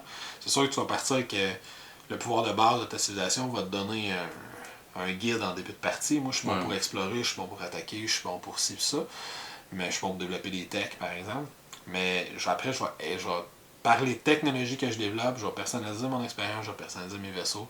Puis ça fait pour moi un des jeux de conquête, un des jeux de guerre, le meilleur. As-tu backé la deuxième saison? J'ai pas backé la deuxième édition? J'ai pas backé la deuxième édition pour 2 raisons. Un, elle était très très cher en shipping, en frais de livraison. C'était une grosse boîte. C'était une très grosse boîte, elle était très cher en frais de livraison, puis il n'y avait pas d'exclusivité. OK. C'est juste que tu avais tous les trucs d'un coup, là, toutes les extensions, ça venait tout dans une boîte, mais il n'y avait pas d'exclusivité. Fait que je vais l'acheter en magasin, c'est sûr et certain. Fait que j'ai une copie première édition à vendre si ça intéresse quelqu'un, avec un insert fait maison, puis des petits racks en plastique là, pour serrer tous les cubes, parce que ça, c'est le genre de jeu un peu à la Terraforming Mars, là, que si tu accroches le coin de la table, là, tous les cubes partent dans tous les sens, puis après, tu es tout mêlé. Mais bref, si ça intéresse quelqu'un, me contacter sur Facebook. Mais oui, c'est sûr, je vais acheter la deuxième édition. Là. Il y a une amélioration des composantes assez extraordinaire au niveau des plateaux. Justement, ton plateau individuel, il n'y a plus rien qui part dans tous les sens. C'est fait par Game Trace, qui font la plupart des plateaux et des trucs sur le jeu, là, tes petites bases, là, toutes tes planètes, c'est des espèces de petites bases que tu peux mettre des cubes dedans, c'est super beau. Mais elle coûtait très cher, fait que j'ai décidé de ne pas la supporter sur Kickstarter. Mais Eclipse, un des meilleurs jeux de conquête galactique sur le marché, selon moi, sinon le meilleur. Fait que Eclipse, mon numéro 4. Mon numéro 3 est plus qu'un jeu, en fait, c'est une gamme de jeux. C'est une longue série de jeux. Je sais quoi. Ouais, c'est quoi, mettons? C'est Legendary. C'est Legendary. Dans mon cas, si j'avais à en mettre un dessus, ça serait Legendary Encounters Alien, mais je vais les mettre à peu près tous sur le même pied d'égalité. Je n'ai pas essayé Buffy, je n'ai pas essayé Big Trouble in Little China. Ben là, Big Trouble. Mais je possède personnellement tous les autres. Fait que j'ai Firefly, j'ai Predator, j'ai Alien, j'ai X-Files, j'ai Marvel, puis dans le cas de Marvel... T'as au moins 20 extensions. Ben Marvel, j'ai pas Champion, j'ai pas Deadpool, j'ai pas Noir, j'ai pas les deux de vilains, là, l'extension, la base. Mais t'as tout le vilain, reste. j'ai tout le reste. Donc j'aime beaucoup Legendary. Il y a beaucoup d'argent investi dans Legendary. Wow. Qu'est-ce que j'aime? Ben la thématique. Puis la thématique de chacun des jeux, parce que moi j'ai été chanceux, on dirait qu'ils me demandent personnellement c'est quoi les prochains jeux que je veux voir. Là. Fait que s'ils continuent à m'écouter, le prochain ça va être Legendary Encounter Star Wars. Moi j'ai. Star Wars, je l'achèterais ou Encounter Transformer. Il me semble qu'il y a de quoi à faire avec ça. Il y a de quoi à faire. Mais bref, quand ils ont sorti Alien, après avoir sorti Marvel, j'étais vraiment emballé. Puis une des choses que j'aime le plus de cette série-là, c'est qu'ils réussissent à amener quelque chose de nouveau. J'ai pas essayé, comme je disais, Buffy, mais toutes les Legendary Encounters spécifiquement, parce qu'au niveau des règles, il y a une différence entre les Legendary Marvel et les Legendary Encounters. Ouais. Toutes les Legendary Encounters, ils réussissent à amener quelque chose de nouveau. Tu sais, Legendary Alien, il amenait vraiment, il transformait le jeu pour le rendre, on disait tantôt, il était semi-coop, il le transformait 100% coop. On peut commencer à jouer des cartes pendant le tour de nos alliés pour les aider, puis nous autres, on remplace nos cartes, fait qu'on n'est pas perdant. Puis il rendait peut-être un petit peu plus compliqué la construction du deck ennemi, le deck qu'on affronte, là, qu'on pour passer, parce que c'est un jeu coopératif de. Il y a une progression dedans, par exemple. Sauf qu'il le mettait plus progressif. Fait qu'il peut pas avoir un ennemi super tough qui sort sa première carte du jeu.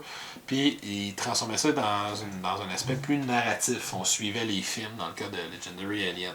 Quand ils sont arrivés avec Legendary Predator, ils ont amené un mode 100% compétitif. Où là, on prenait les films Predator, mais on les virait de bord. Au lieu d'être Arnold puis sa gang, on était contre Arnold puis sa gang. Puis on essayait de les descendre puis de les chasser dans le bois. Fait que les prédateurs développaient leur tech puis leur truc, puis ils se combattaient entre eux autres pour être les meilleurs chasseurs. Quand ils ont amené Firefly, ils ont amené toute la gestion du vaisseau spatial lui-même sur le plateau où tu peux upgrader ton vaisseau spatial. Puis là, si tu peux affronter d'autres vaisseaux qui attaquent ton vaisseau, puis si ton vaisseau explose, ben tout le monde meurt dedans. Fait que tu perds il y a comme une campagne, il me semble. Puis dans Firefly, tu faisais des épisodes de la saison. Fait que tu pouvais faire une espèce de mini-campagne de 5 games, puis passer toute la saison complète avec le même crew, là, le même équipage. Parce qu'après, ils cancellent le show. Exactement. Puis là, dans Legendary X-Files, le nouvel aspect qu'ils ont amené l'aspect d'enquête où tu dois trouver des leads qui vont te mener à des investigations qui vont te permettre de battre l'endgame. Puis surtout, comme X-Files, c'est un jeu qui est axé sur la paranoïa, tu sais jamais qui quitte ton bord ou non, ben les cartes que tu dois acheter pour mettre dans ton propre deck arrivent face cachée, puis tu dois payer un coût pour pouvoir scanner ces cartes-là, puis savoir.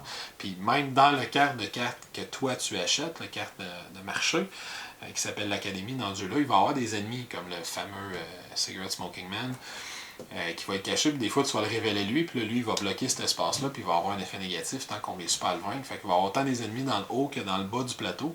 Fait que ça, cet aspect-là est selon moi extrêmement intéressant. Fait que c'est le meilleur deck building sur le marché, point. Après, tu choisis la thématique qui te plaît davantage, puis tu vas chercher celui-là. Ça peut être Marvel.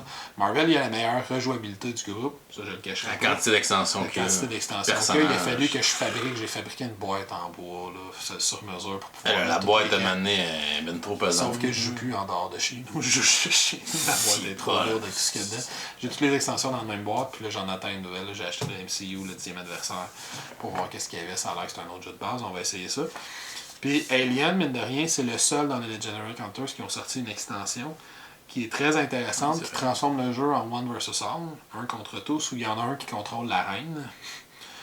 puis qu'il a son deck de cartes à lui, son développement, ses achats, puis qu'il peut jouer des cartes particulières. Fait qu'il peut littéralement, par exemple, aller voler une carte dans le deck d'un ennemi. Il va voler une carte qu'il a achetée précédemment, puis là, il infecte cette carte-là. Fait que après, cette carte-là, il la ramène, mais comme ennemi. Oh. Parce que là, elle a popé en alien, fait que là, c'est rendu un méchant. Fait qu'il y a plein de petites mécaniques intéressantes, sauf qu'il enlève l'aspect coopératif du jeu. Ben, 100% coop, il y en a un qui joue contre les ennemis. Fait que c'est des super bons jeux de cartes. Tous les Legendary Encounters sont extrêmement thématiques. Le Legendary Marvel, il est le fun au niveau de la rejouabilité, mais l'aspect narratif est peut-être moins réussi, mettons. Mais tu sais, les schemes, c'est quand même tous des clins d'œil à des histoires. Oui, c'est ça, mais des il faut bandes être un dessinées. gros fan de Marvel ou se construire une histoire. Mais je me rappelle d'une partie mémorable où Moleman a essayé de construire l'Infinity Gauntlet à l'aide des cris. Puis on a réussi à le vaincre. Une chance. C'était assez particulier. Mais si vous aimez les deck building, si vous aimez les co-ops, vous ne pouvez pas ne pas aimer les Legendary Encounters. Il y a le setup et le downtime qui est peut-être un peu long là, parce que là, il faut faire ses decks de cartes puis ça peut être compliqué à préparer. Mais c'est un C'est généralement ça qui place. Puis ça, habituellement, je m'en occupe. Fait que, très bon jeu. Mon numéro 3, Legendary Encounters, n'importe lequel. Mon numéro 3, on va retourner dans l'univers de Star Wars. Je savais qu'il était là, ce jeu-là. Tu t'en doutais, donc c'est ça, là, juste au-dessus de ma tête. Là. Ça. Donc, Star Wars Rebellion. Le jeu où c'est un jeu pour 2 joueurs en fait, là, on se le cachera pas. On peut jouer à 3 puis à 4, mais c'est un peu moins comme efficace. la guerre de l'anneau, là, il est plus efficace à 2. La guerre de l'anneau, ça juste mieux à 3 à 4, mais Ouais, Rebellion, ouais. c'est vraiment à 2. Donc, un joueur qui joue l'Empire, son but c'est de trouver la base rebelle, la détruire. L'autre joueur joue les rebelles qui essayent de survivre littéralement à l'intérieur du jeu, mais qui essayent d'aller faire ses petits objectifs pour faire ses petits points, puis essayer de toffer le plus longtemps pour que son jeton d'objectif et celui des tours de jeu se réunissent pour gagner la partie. Un jeu où on va jouer des personnages en fait qu'on va envoyer en mission avec des cartes qu'on a dans notre main. Les missions vont nous permettre de faire différents effets de jeu, d'aller prendre contrôle des différents systèmes, de saboter des planètes, d'aller voler des affaires, etc. On va évidemment avoir un gros aspect contrôle de territoire sur les planètes du plateau, parce que si je contrôle une planète, je peux utiliser les usines pour construire des vaisseaux. Les planètes que tu contrôles qui déterminent quelles unités tu peux construire dans le jeu. Donc plus j'ai de planètes, plus je vais produire d'unités. Le système de construction il est quand même intéressant parce que contrairement à d'autres jeux, c'est pas, mettons, je compare à Guerre de l'Anneau par exemple, c'est pas un jeu qui dit ok, je produis là, donc je mets toutes 2 unités sur cette planète-là. Les unités se construisent graduellement selon la planète qui la produit. Selon la grosseur de l'unité aussi. Oui, puis c'est ça, selon la grosseur puis la planète qui produit. La planète des mondes Calamari, par exemple, produit ces gros vaisseaux plus rapidement que d'autres planètes. Puis on a une espèce de petite échelle sur le côté du plateau. Puis chaque planète dit place telle unité sur telle échelle. Puis quand tu la places à tel endroit, ben ça veut dire que dans 2 tours ou dans 3 tours ou au prochain tour, ton unité va être produite puis tu vas pouvoir la déployer. Parce qu'à chaque tour, ils descendent. Puis quand les unités sortent du plateau, ben là, tu peux les prendre et les placer. Puis il y a un effet, pour l'avoir déjà fait, là, il y a un effet imposant à dire ah, tiens, en passant, j'installe une Death Star et un Super Star Destroyer dans l'espace 3. Fait que dans 3 tours de jeu, ils arrivent les deux. L'autre, il panique. Ouais, non, ça c'est vraiment cool. Puis après ça, ben, on les place, on va essayer de se promener. Faut utiliser nos héros pour pouvoir aussi activer nos systèmes, nos troupes pour se déplacer. Donc si je veux faire beaucoup de déplacements sur le plateau, ben là je vais faire moins de missions. Fait qu'il faut que j'essaye de balancer ça. Surtout pour le joueur qui joue l'Empire, lui évidemment il a accès à beaucoup de troupes. Fait que t'as tendance à vouloir bouger beaucoup pour trouver la base rebelle, aller te battre parce que c'est toi qui est en supériorité. Mais en même temps, si tu négliges trop les missions, mais il y a des affaires. C'est un côté bluff. Il y a un côté bluff qui vient avec ça qui est intéressant parce que quand tu consacres un de tes héros à une mission, il est placé sur une face cachée. Ouais. Puis le joueur adverse peut décider de garder des héros dans sa zone sans les utiliser, juste pour pouvoir, quand le joueur A va, au moment où il va révéler la cape, sa mission, si le joueur B s'est gardé un héros, il peut dire hey, je prends ce héros-là, puis il s'oppose activement au tien. Puis là, ça va me donner les J'ai de t'empêcher de faire ta mission. Exactement. Fait on peut bluffer avec ça en prenant un héros, puis en faisant une mission qui, dans le fond, n'est pas si importante que ça, on y tient pas tant que ça, mais en espérant que l'autre en face va se garder un de ses héros, puis pour essayer de nous contrer. Fait qu'il y a un petit aspect intéressant là-dessus aussi. Puis chacune des missions qu'on essaie de faire, chacune des cartes, c'est toutes des clins d'œil à des moments dans le film. Fait que ça vient vraiment chercher la nostalgie des fans de Star Wars, comme moi, mais ça vient aussi nous faire revivre, comme un peu comme la guerre de l'anneau. On revit les moments des films, et là, ils vont avoir une autre tournure. Donc, tu sais, au lieu de carboniser Han Solo, on pourrait carboniser Luke Skywalker avec Boba Fett. Au lieu de capturer la princesse Leia au début de la partie, ben là, je pourrais capturer mon Mothma à la place et l'interroger. Donc, il y a différentes choses qui vont se passer autrement.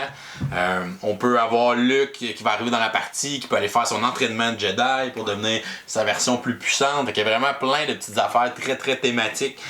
Qui sont vraiment cool à revivre, puis à chaque fois que tu joues à ce jeu-là, c'est comme ok, ben là après je m'en vais écouter les films, ou tu sais, t'as vraiment le goût, tu te replonges dans cet univers-là, donc chacune des parties, j'ai vraiment adoré.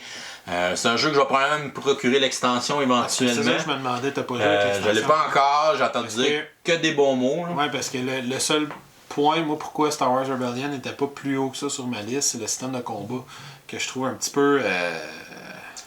C'est pas le top, là. Je le trouve pas aussi bon que le reste du jeu. Ça fait que ça me fait décrocher un peu à chaque fois qu'il y a un combat parce qu'on va on révise les règles à chaque combat parce que c'est pas super bien expliqué.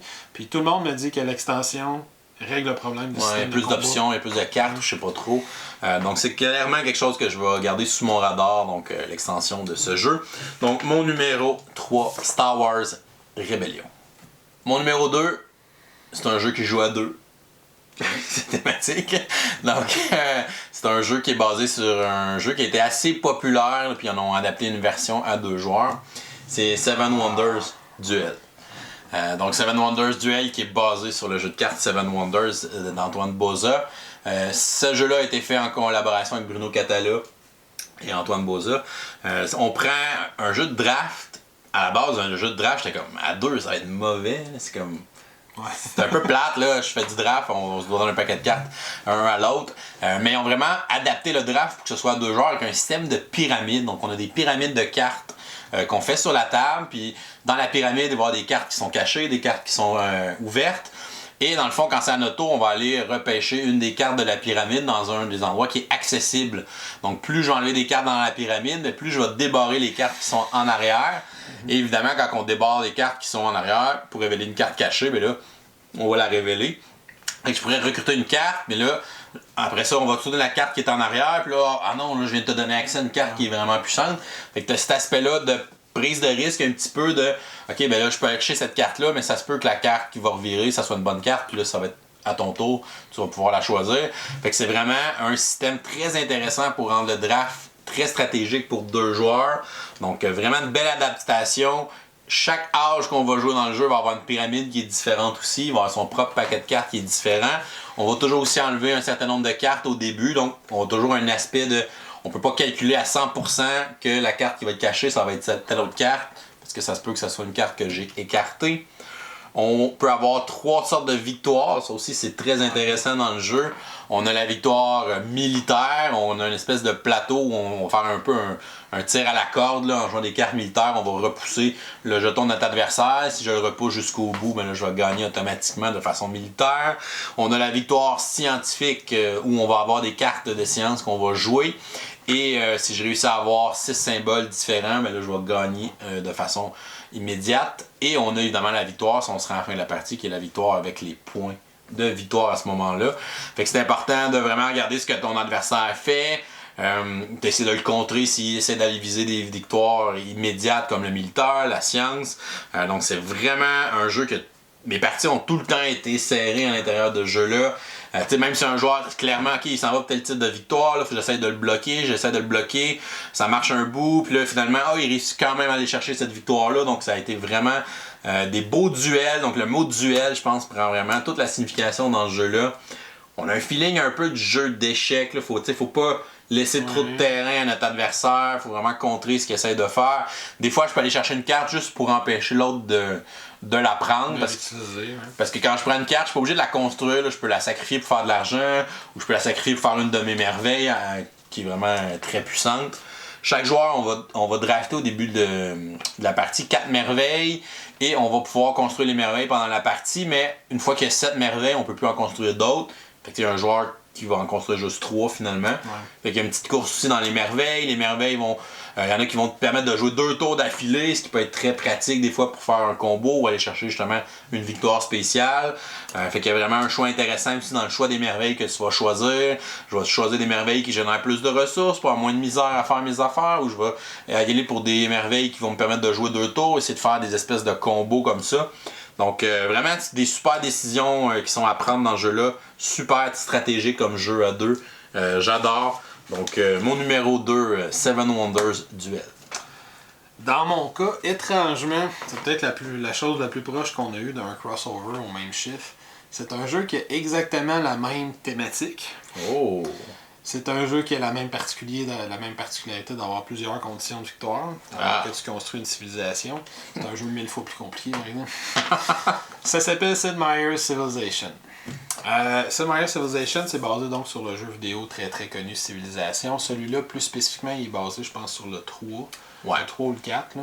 Le 3, je pense. Le 3. Parce qu'il est quand même Ben, il y a un certain âge. 2009, 10, bien, Civilisation, 2008, 2009, dans ces eaux-là, le board game est sorti. C'est un peu après StarCraft, justement. Okay. Dans ce jeu-là, ben, qu'est-ce qu'on fait? On part avec une petite civilisation qui prend une case sur un grand plateau modulaire qu'on construit en plaçant différentes tuiles. Chaque civilisation a une tuile qui est ouverte, là, la civilisation où on part. Puis toutes les autres tuiles sont cachées pour garder l'aspect d'exploration dans le jeu. La carte va avoir une forme différente selon le nombre de joueurs, fait qu'elle va s'ajuster au nombre de joueurs. À 2, on va avoir une petite carte pour qu'on finisse par se rencontrer. À 4 ou à 5, la carte va être énorme. J'ai joué une partie à 5, c'était assez épique d'ailleurs. Sinon, j'ai joué à tous les autres comptes de joueurs, puis ça se fait bien à chaque fois. Le jeu est long, évidemment, c'est un jeu de civilisation. Fait que un tour de jeu en tant que tel, honnêtement, c'est quand même relativement simple. J'ai une phase de jeu au début du tour de jeu où on va collecter son commerce là, selon les cases qu'on contrôle. Ensuite, on peut échanger avec les autres civilisations qu'on est en contact. J'ai une carte pour toi, mais j'aurais besoin de blé. J'aimerais ça que tu me donnes 2 blés. J'en ai besoin de faire telle affaire. Puis, il y a quand même une belle... une belle possibilité d'interaction entre les joueurs à ce niveau-là. Ensuite, les joueurs vont prendre une action par ville qu'ils possèdent jusqu'à un maximum de 3. Les choix d'action sont, encore une fois, relativement simples. On peut construire des nouveaux bâtiments autour de nos villes, on peut recruter des armées ou recruter des figurines qui vont se déplacer sur le plateau, là, des colons, des trucs comme ça. On peut produire des ressources là, parmi les ressources qu'on contrôle, etc. On peut préparer avec une des extensions. On peut se préparer un tour complet à la construction pour un tour suivant construire quelque chose de plus gros d'un seul coup, là, ce qui donne un accès plus rapide aux merveilles grâce à cette extension-là. Chaque peuple a un feeling très différent parce que je vais avoir vraiment une habileté de départ puis un gouvernement de départ qui vont influencer le début de ma partie. Si j'ai les Espagnols, je vais me servir des bateaux, je vais construire des bâtiments découvrants. Si j'ai les Égyptiens, je vais recommencer tout de suite avec une merveille du monde. Toi, je pense que tu avais les Anglais, fait que tu construis des ports. Ouais, ils construisent des ports. J'ai joué il n'y a pas très longtemps. Moi, j'avais les Japonais. T'étais fort militaire. Moi, j'étais fort militaire parce que je produisais gratuitement des unités en militaire. Toi, t'avais les Anglais, fait que t'étais fort dans les bateaux, puis tu construisais des chantiers des ports, navals, des ports rapidement, un truc comme ça. Puis on avait un autre joueur qui avait je ne sais plus trop qui.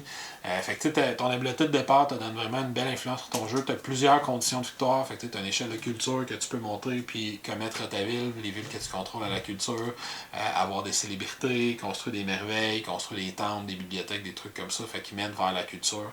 Puis ensuite, dépenser tes jetons de culture pour monter sur une échelle. T'as l'arbre technologique. L'arbre technologique qui est bien fait. Tu as des technologies de 5 niveaux. Si tu construis la technologie niveau 5, tu gagnes la partie de façon par la victoire scientifique.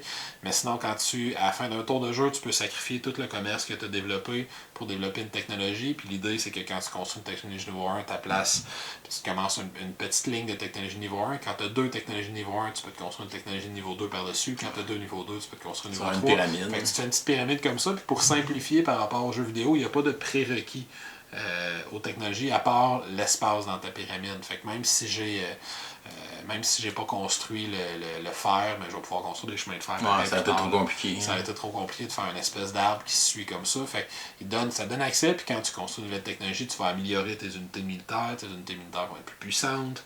Puis les mêmes unités, un peu comme dans le jeu vidéo, le système de cartes pour les unités de combat, il est bien fait. Parce que comme dans le jeu vidéo, si j'ai une infanterie puis je développe la poudre à canon, ben mon infanterie va automatiquement devenir plus forte, celle que je possède déjà. Les cartes sont imprimées des 4 côtés, puis selon comment je la tourne, ça détermine la force de mon unité. Fait que ça dit si mes infanteries sont niveau 3, parce que j'ai découvert les armes à feu, ben je vais tourner ma carte pour que le niveau 3 soit vers le haut, puis ça va influencer son attaque et sa défense. Système de combat, c'est pas tout le monde qui l'aime, je peux comprendre pourquoi, mais c'est un espèce de système où on joue des unités, chacun son tour, puis on va faire face, on va décider si avec l'unité qu'on joue, on fait face à une unité qui est déjà sur le plateau, ou si on la met sur le côté, la carte, puis les unités qui sont l'une à l'autre vont s'affronter dans une espèce de système roche-papier-ciseaux, mais qui va te donner un avantage dans un système de roche-papier-ciseaux, puis qui peut permettre l'élimination d'une unité avant que l'autre unité attaque. Mais l'idée du combat, c'est pas tant de gérer ces cartes que de gérer le nombre de cartes qu'on va avoir puis la force des unités qu'on va avoir dans les mains. Fait que c'est plus comme ça que je le vois moi, puis c'est pour ça que j'aime bien le système de combat. Parce qu'un petit peu comme dans la vraie vie, peu importe la chance qu'on a, si je t'attaque avec des avions de chasse furtifs puis des tanks, puis t'arrives avec 2 cavaliers puis un gars qui a un arc, bonne chance. Je vais gagner. Peut-être que tu vas être chanceux puis tu vas me détruire un tank, mais je vais gagner. Ça, c'est une chose que j'aime beaucoup dans ce jeu-là. Si moi, j'ai pris beaucoup d'énergie à améliorer mes unités de façon militaire, à en développer beaucoup, à être puissant dans la guerre, mais quand je vais partir en bataille, je vais gagner des batailles. Puis d'ailleurs, une des victoires, c'est de faire la conquête d'une capitale ennemie. Là, j'ai une victoire militaire. C'est pas facile. Puis il me manque une victoire. La victoire économique qui est d'accumuler un certain nombre de Que pièces de t'as monnaie. failli avoir. Wow! Dernière partie, là, j'ai passé un cheveu. J'ai fini à 14 pièces de monnaie sur 15. Tout ça parce qu'il y a un joueur qui a mal lu une carte qu'il a joué quand il l'a joué contre moi. Il s'est trompé. T'as fait perdre. Il m'a fait perdre une pièce, puis ça faisait 3 tours de jeu que je calculais toutes mes affaires pour être capable de marquer le tiers des points que ça me prenait en un seul tour. Wow. Puis vu que ça en prend 15, puis j'étais à 10, les joueurs pensaient que j'étais encore relativement loin, puis j'ai failli me glisser, mais finalement il y a une victoire scientifique, je pense. Ouais, les Anglais. Puis dans l'ordre de tour de jeu, j'aurais gagné en passant. C'est l'autre thème. Mais j'ai perdu, fait que ça arrive.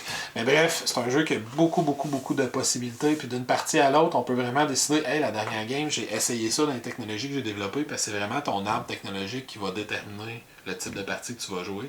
Si je développe rapidement une technologie qui me permet de me déplacer vite, je vais en profiter. Je vais en profiter. Si je développe, c'est les technologies que je développe qui décident le type de bâtiment que je vais pouvoir construire. Fait que selon les technologies que je vais avoir, je vais aller vers la culture, vers la tech, vers l'économie. C'est super intéressant. Il y a une partie des extensions que j'aime un peu moins, c'est les tuiles avec des espèces de merveilles déjà imprimées dessus, là, des tuiles spéciales comme l'école de Confucius ou Atlantis que je peux trouver. C'est que je les trouve extrêmement puissantes, ces tuiles-là, puis elles sont placées de façon aléatoire. Puis moi, ça m'est littéralement arrivé dans une partie où j'avais tout simplement décidé de toutes les brasser dans les tuiles cachées, que je n'avais 3 proches de moi, puis qu'il n'y a aucun autre joueur qui en avait. Un gros avantage, tu vas les chercher. Fait que là, comme c'était moi qui étais le plus proche de ces 3 tuiles-là, j'ai été capable d'aller chercher le bonus des 3 tuiles, puis ça m'a donné un avantage. Le fait que j'ai eu les 3, ça m'a donné un avantage qui a été trop grand. Fait que depuis ce temps-là, je fais juste plus les mettre.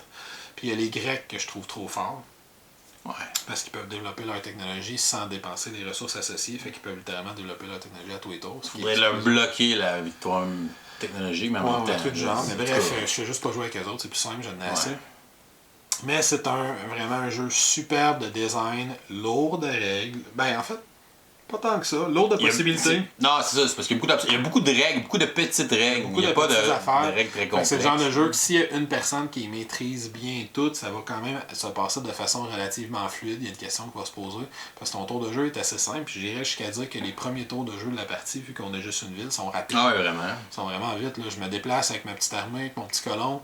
Je fais une action avec ma ville. Fait que je décide de construire telle affaire. Puis mon tour est fini. Mais je déplace. Puis je c'est une développe. super belle adaptation de jeu vidéo. Pour vrai, si vous êtes fan du jeu vidéo Civilisation, c'est sûr que vous allez triper. Si vous voulez, c'est une version plus simple. Il y a Civilization A New Dawn qui est sorti il n'y a pas très longtemps, qui le rend un petit peu plus abstrait le jeu, mais qu'on joue des parties dans une heure. Puis il est très bon, ça fait 2-3 parties que je joue New Dawn, c'est très bon. Il aurait avoir joué plus, il aurait peut-être fait une place dans mon top 100, mais j'ai pas joué à ça encore à mon goût. Une très bonne version, mais beaucoup plus light. Là. Moi j'aime bien les gros jeux complexes. Je sais pas si ça paraît dans les derniers que j'ai nommés. Great Western Trail, Carson City, La Guerre de l'Anneau. Eclipse. Mais j'aime bien les gros jeux, fait qu'il me donne cette impression-là que j'ai construit une civilisation, puis à la fin de la partie, je pense que c'est ça que j'aime le plus, que j'ai gagné ou que j'ai perdu. J'ai un sentiment d'accomplissement. J'ai une grosse civilisation devant moi, j'ai plein de technologies, j'ai plein de possibilités, j'ai plein de cartes, j'ai des grosses armées. Puis peu importe que j'ai gagné ou que j'ai perdu, j'ai accompli, j'ai poussé une civilisation, puis je l'ai menée vers quelque part. J'aime beaucoup cet aspect-là. Pour cette raison-là, mon numéro 2 de tous les temps, Sid Meier's Civilization. Bon, c'est le temps de finir tout ça. Wow! Mon jeu numéro 1 de tous les temps, selon moi, c'est un gros jeu euro. Je sais pas si je surprends quelqu'un. Pour moi, c'est pas un jeu de figurines, c'est pas un deck building. C'est un gros jeu euro, c'est un gros placement d'ouvriers qui a 2-3 particularités qui viennent vraiment le mettre à part pour moi, dont la principale qui est la mécanique de voyage dans le temps. Oh, tiens donc! J'ai nommé Anachronie. Anachronie qui est un jeu que j'ai pas joué tant que ça. Je pense que je suis même pas rendu encore à 10 parties. J'ai peut-être joué 7-8 fois. qui est quand même pas pire, là, parce qu'on parle de 2 à 3 heures à chaque fois. Ouais, puis c'est qu'il y a beaucoup de matériel aussi. Il y a énormément de matériel. C'est un des seuls jeux que j'ai acheté, l'espèce d'insert de Broken Token, là, pour le serrer à l'intérieur. Ça rend le jeu vraiment 10 fois plus vite à placer. Là, ça n'a aucun bon sens. Sauf que l'insert, honnêtement, il était plus cher que le jeu. Cela étant dit, qu'est-ce que c'est Anachronie? Anachronie, c'est un jeu de placement d'ouvriers. On est dans un monde post-apocalyptique. On contrôle une civilisation, ben pas une civilisation, mais un peuple émergent, ou une faction émergente d'un peuple qui est sur le déclin. Chaque joueur contrôle sa faction. Chaque joueur a une fiche de faction qui est individuelle, qui a des petites différences entre les fiches si on veut jouer. Là. Ils peuvent tout être pareils, mais j'aime toujours mieux avec les versions. Chaque fiche est un peu différente. Fait qu'il y a des petites actions qui vont changer d'une fiche à l'autre. On a un gros plateau central qui est le conseil, l'ancienne ville.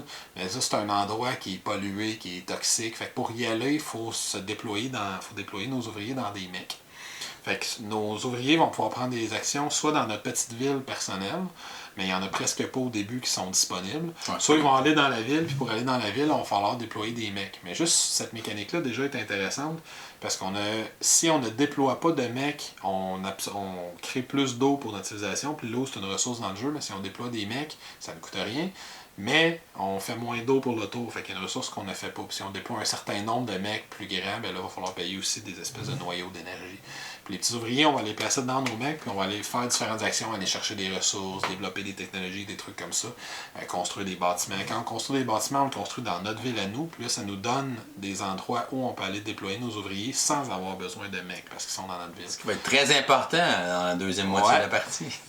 Les ouvriers sont uniques, ça c'est une affaire que j'aime beaucoup. Il y a 4 types d'ouvriers dans le jeu. Il y a des chercheurs, des génies, des ingénieurs. Il y a des administrateurs. Fait que ça, c'est des génies, les jokers. Ouais, fait qu'il y a 4 types d'ouvriers. Puis ce que j'aime beaucoup, c'est que autant sur le plateau central que sur ton plateau individuel à toi, il y a certains ouvriers qui vont être meilleurs pour faire certaines actions. Les administrateurs vont être meilleurs pour recruter de nouveaux ouvriers, alors que les ingénieurs, les constructeurs, je sais pas trop, eux autres, les jaunes, je pense, ils vont être meilleurs pour aller récolter des ressources puis construire des bâtiments.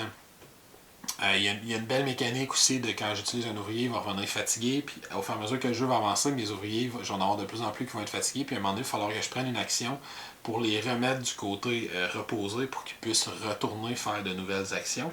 Puis j'ai toujours le choix, soit je sacrifie de l'eau, puis là je les fais boire, puis ils prennent une pause, puis ils dorment, soit je les force à travailler. Ils sont pas contents. Je sacrifie pas d'eau, mais je suis pas content, fait que j'ai une petite échelle qui va me servir, j'ai le moral, puis plus je leur ai donné d'eau pendant la partie, plus mon moral va être haut, plus je vais marquer des points à la fin de la partie, plus je leur en ai enlevé, ben, plus le moral va être bas, puis ils peuvent même commencer à mourir si j'ai fait travailler trop sans leur donner d'eau. Fait il y a plein de petites mécaniques comme ça qui sont intéressantes. Fait que juste l'aspect que j'ai plus le jeu avance, plus je vais avoir 2 plateaux sur lesquels je peux aller jouer. Un plateau, j'ai besoin de mecs, puis un plateau, j'en ai pas besoin. Fait que j'ai déjà 2 places différentes. Les bâtiments que je vais construire, ils ont certaines spécialités. Fait que je peux vraiment décider dans quelle voie. Moi, je construis des bâtiments qui vont me permettre de produire beaucoup d'eau. Fait que j'ai plus de ressources à dépenser pour pouvoir faire telle autre action. Ou je construis des bâtiments qui vont jouer sur le voyage dans le temps. Ça, je vais en parler dans 2 secondes. Puis, fait que j'ai beaucoup des bâtiments qui me permettent de gérer plus de ressources. À tous les tours de jeu, il y a 7 tours de jeu dans le jeu. À tous les tours de jeu, il y a aussi un super projet auquel je peux participer. Puis si je réussis à construire, j'ai comme un méga bâtiment super cool qui est puissant, qui prend l'espace de 2 bâtiments. Puis je suis limité dans mes espaces. Là, je peux en avoir un maximum de 12. Mais qui prend l'espace de 2 bâtiments, mais qui est vraiment puissant comme bâtiment auquel je peux participer. Je suis un joueur qui peut construire un super projet par tour. Puis là où le jeu prend toute sa richesse, ou une des... Ou sa complexité. Ouais. C'est qu'il y a une mécanique de voyage dans le temps. Fait que littéralement, dès le tour 1, je peux dire « Hey, je m'envoie du futur un nouveau mec pour ce tour-ci, puis comme ça va me permettre d'envoyer plus d'ouvriers dans l'ancienne ville. Ou je m'envoie de l'uranium, puis j'en ai besoin pour construire tel bâtiment, puis ça me coûte rien. Je m'envoie de l'uranium. » Sauf que là, j'ai joué avec le temps, fait qu'il peut y avoir des paradoxes temporels qui se créent, fait que j'ai un petit jeu à faire à tous les tours. Puis si je suis malchanceux, tant que je n'aurai pas réglé ce paradoxe-là, parce que je me suis envoyé des choses du futur, je vais avoir des petits malus qui vont s'accumuler. Puis à un certain point dans le futur, il va falloir que je prenne 2 uraniums puis que je les envoie dans le passé. Fait que littéralement, c'est une mécanique d'emprunt. J'emprunte 2 uraniums au premier tour, puis je me les rembourse au 3e tour. Mais transformé de façon super bien réussie, quant à moi, en mécanique de voyage dans le temps avec la mécanique de voyage temporel. Puis, il va falloir qu'au tour 2, je pense à me construire une machine à voyager dans le temps, parce qu'à un moment donné, il faut que je les envoie l'uranium dans le passé. Puis plus ma machine est efficace, plus elle va me permettre de retourner loin dans les tours. Puis, littéralement, à chaque fois que je réussis à me rembourser quelque chose, j'ai réglé un paradoxe temporel. Fait qu'il y a une autre échelle sur laquelle je monte, que je vais marquer des points de victoire à la fin de la partie. Puis là, vu que je sais que je peux voyager dans le temps, ben je sais qu'à la fin du 4e tour de jeu, il va y avoir un météorite qui va venir s'écraser sur la Terre. Puis qui va tout scraper. Puis là, le météorite, quand il va venir s'écraser sur la Terre, il va modifier le plateau, surtout le plateau central, il va le modifier de façon permanente. Il va rendre certaines actions plus puissantes, mais plus difficiles d'accès. Il va rendre ton nombre de mecs que tu peux déployer par tour plus difficile.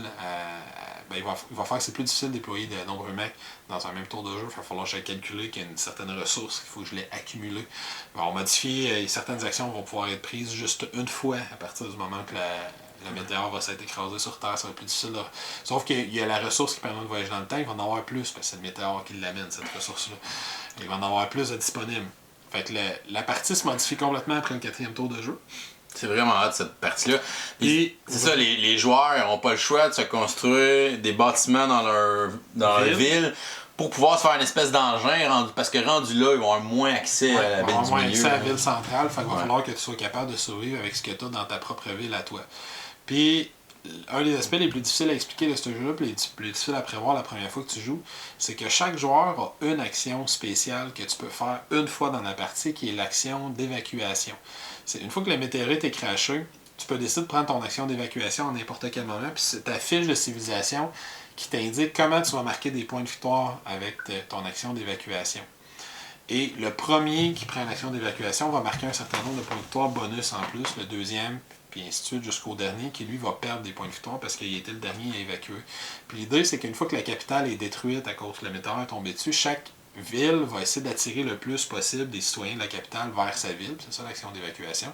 Puis dès la première seconde du jeu, ça te dit comment tu vas marquer tes points. Fait que ça va dire, toi, pour chaque administrateur que tu as dans ta ville, puis pour chaque bâtiment de tel type que tu as, tu vas marquer 2 points de victoire au moment de l'évacuation. Puis c'est de loin l'action qui va être la plus payante que tu vas prendre individuellement dans le jeu. Fait que tu vas essayer de te la prévoir dès le début du jeu, une action que tu vas prendre à la fin du jeu en disant « Hey, moi j'ai besoin de scientifiques ». Clair qu'à chaque fois qu'il y a un scientifique qui passe que je peux engager, je l'engage, je l'amène dans la civilisation, même si je m'en sers pas parce qu'il va marquer des points, il va me permettre d'attirer des gens rendus à l'action d'évacuation. Fait que tu as énormément de possibilités. C'est le genre de jeu qu'on appelle un peu comme tu avais nommé tantôt, une point de salade. Une salade de points, que tu peux faire des points d'un paquet de façons parce que tu as des objectifs en début de partie qui vont dire celui qui est majoritaire dans tel aspect du jeu va marquer des points de victoire à la fin de la partie. Tu peux faire des points tout simplement que tu ramasses sous forme de jetons pendant la partie. Il y a tes bâtiments qui en valent, tes ouvriers qui peuvent en valoir, il y a un paquet d'affaires, ton échelle de morale, ton échelle de paradoxe peuvent valoir des points. Puis ajoute à ça qu'il y a 3 ou 4 modules qui viennent dans la version Kickstarter que j'ai.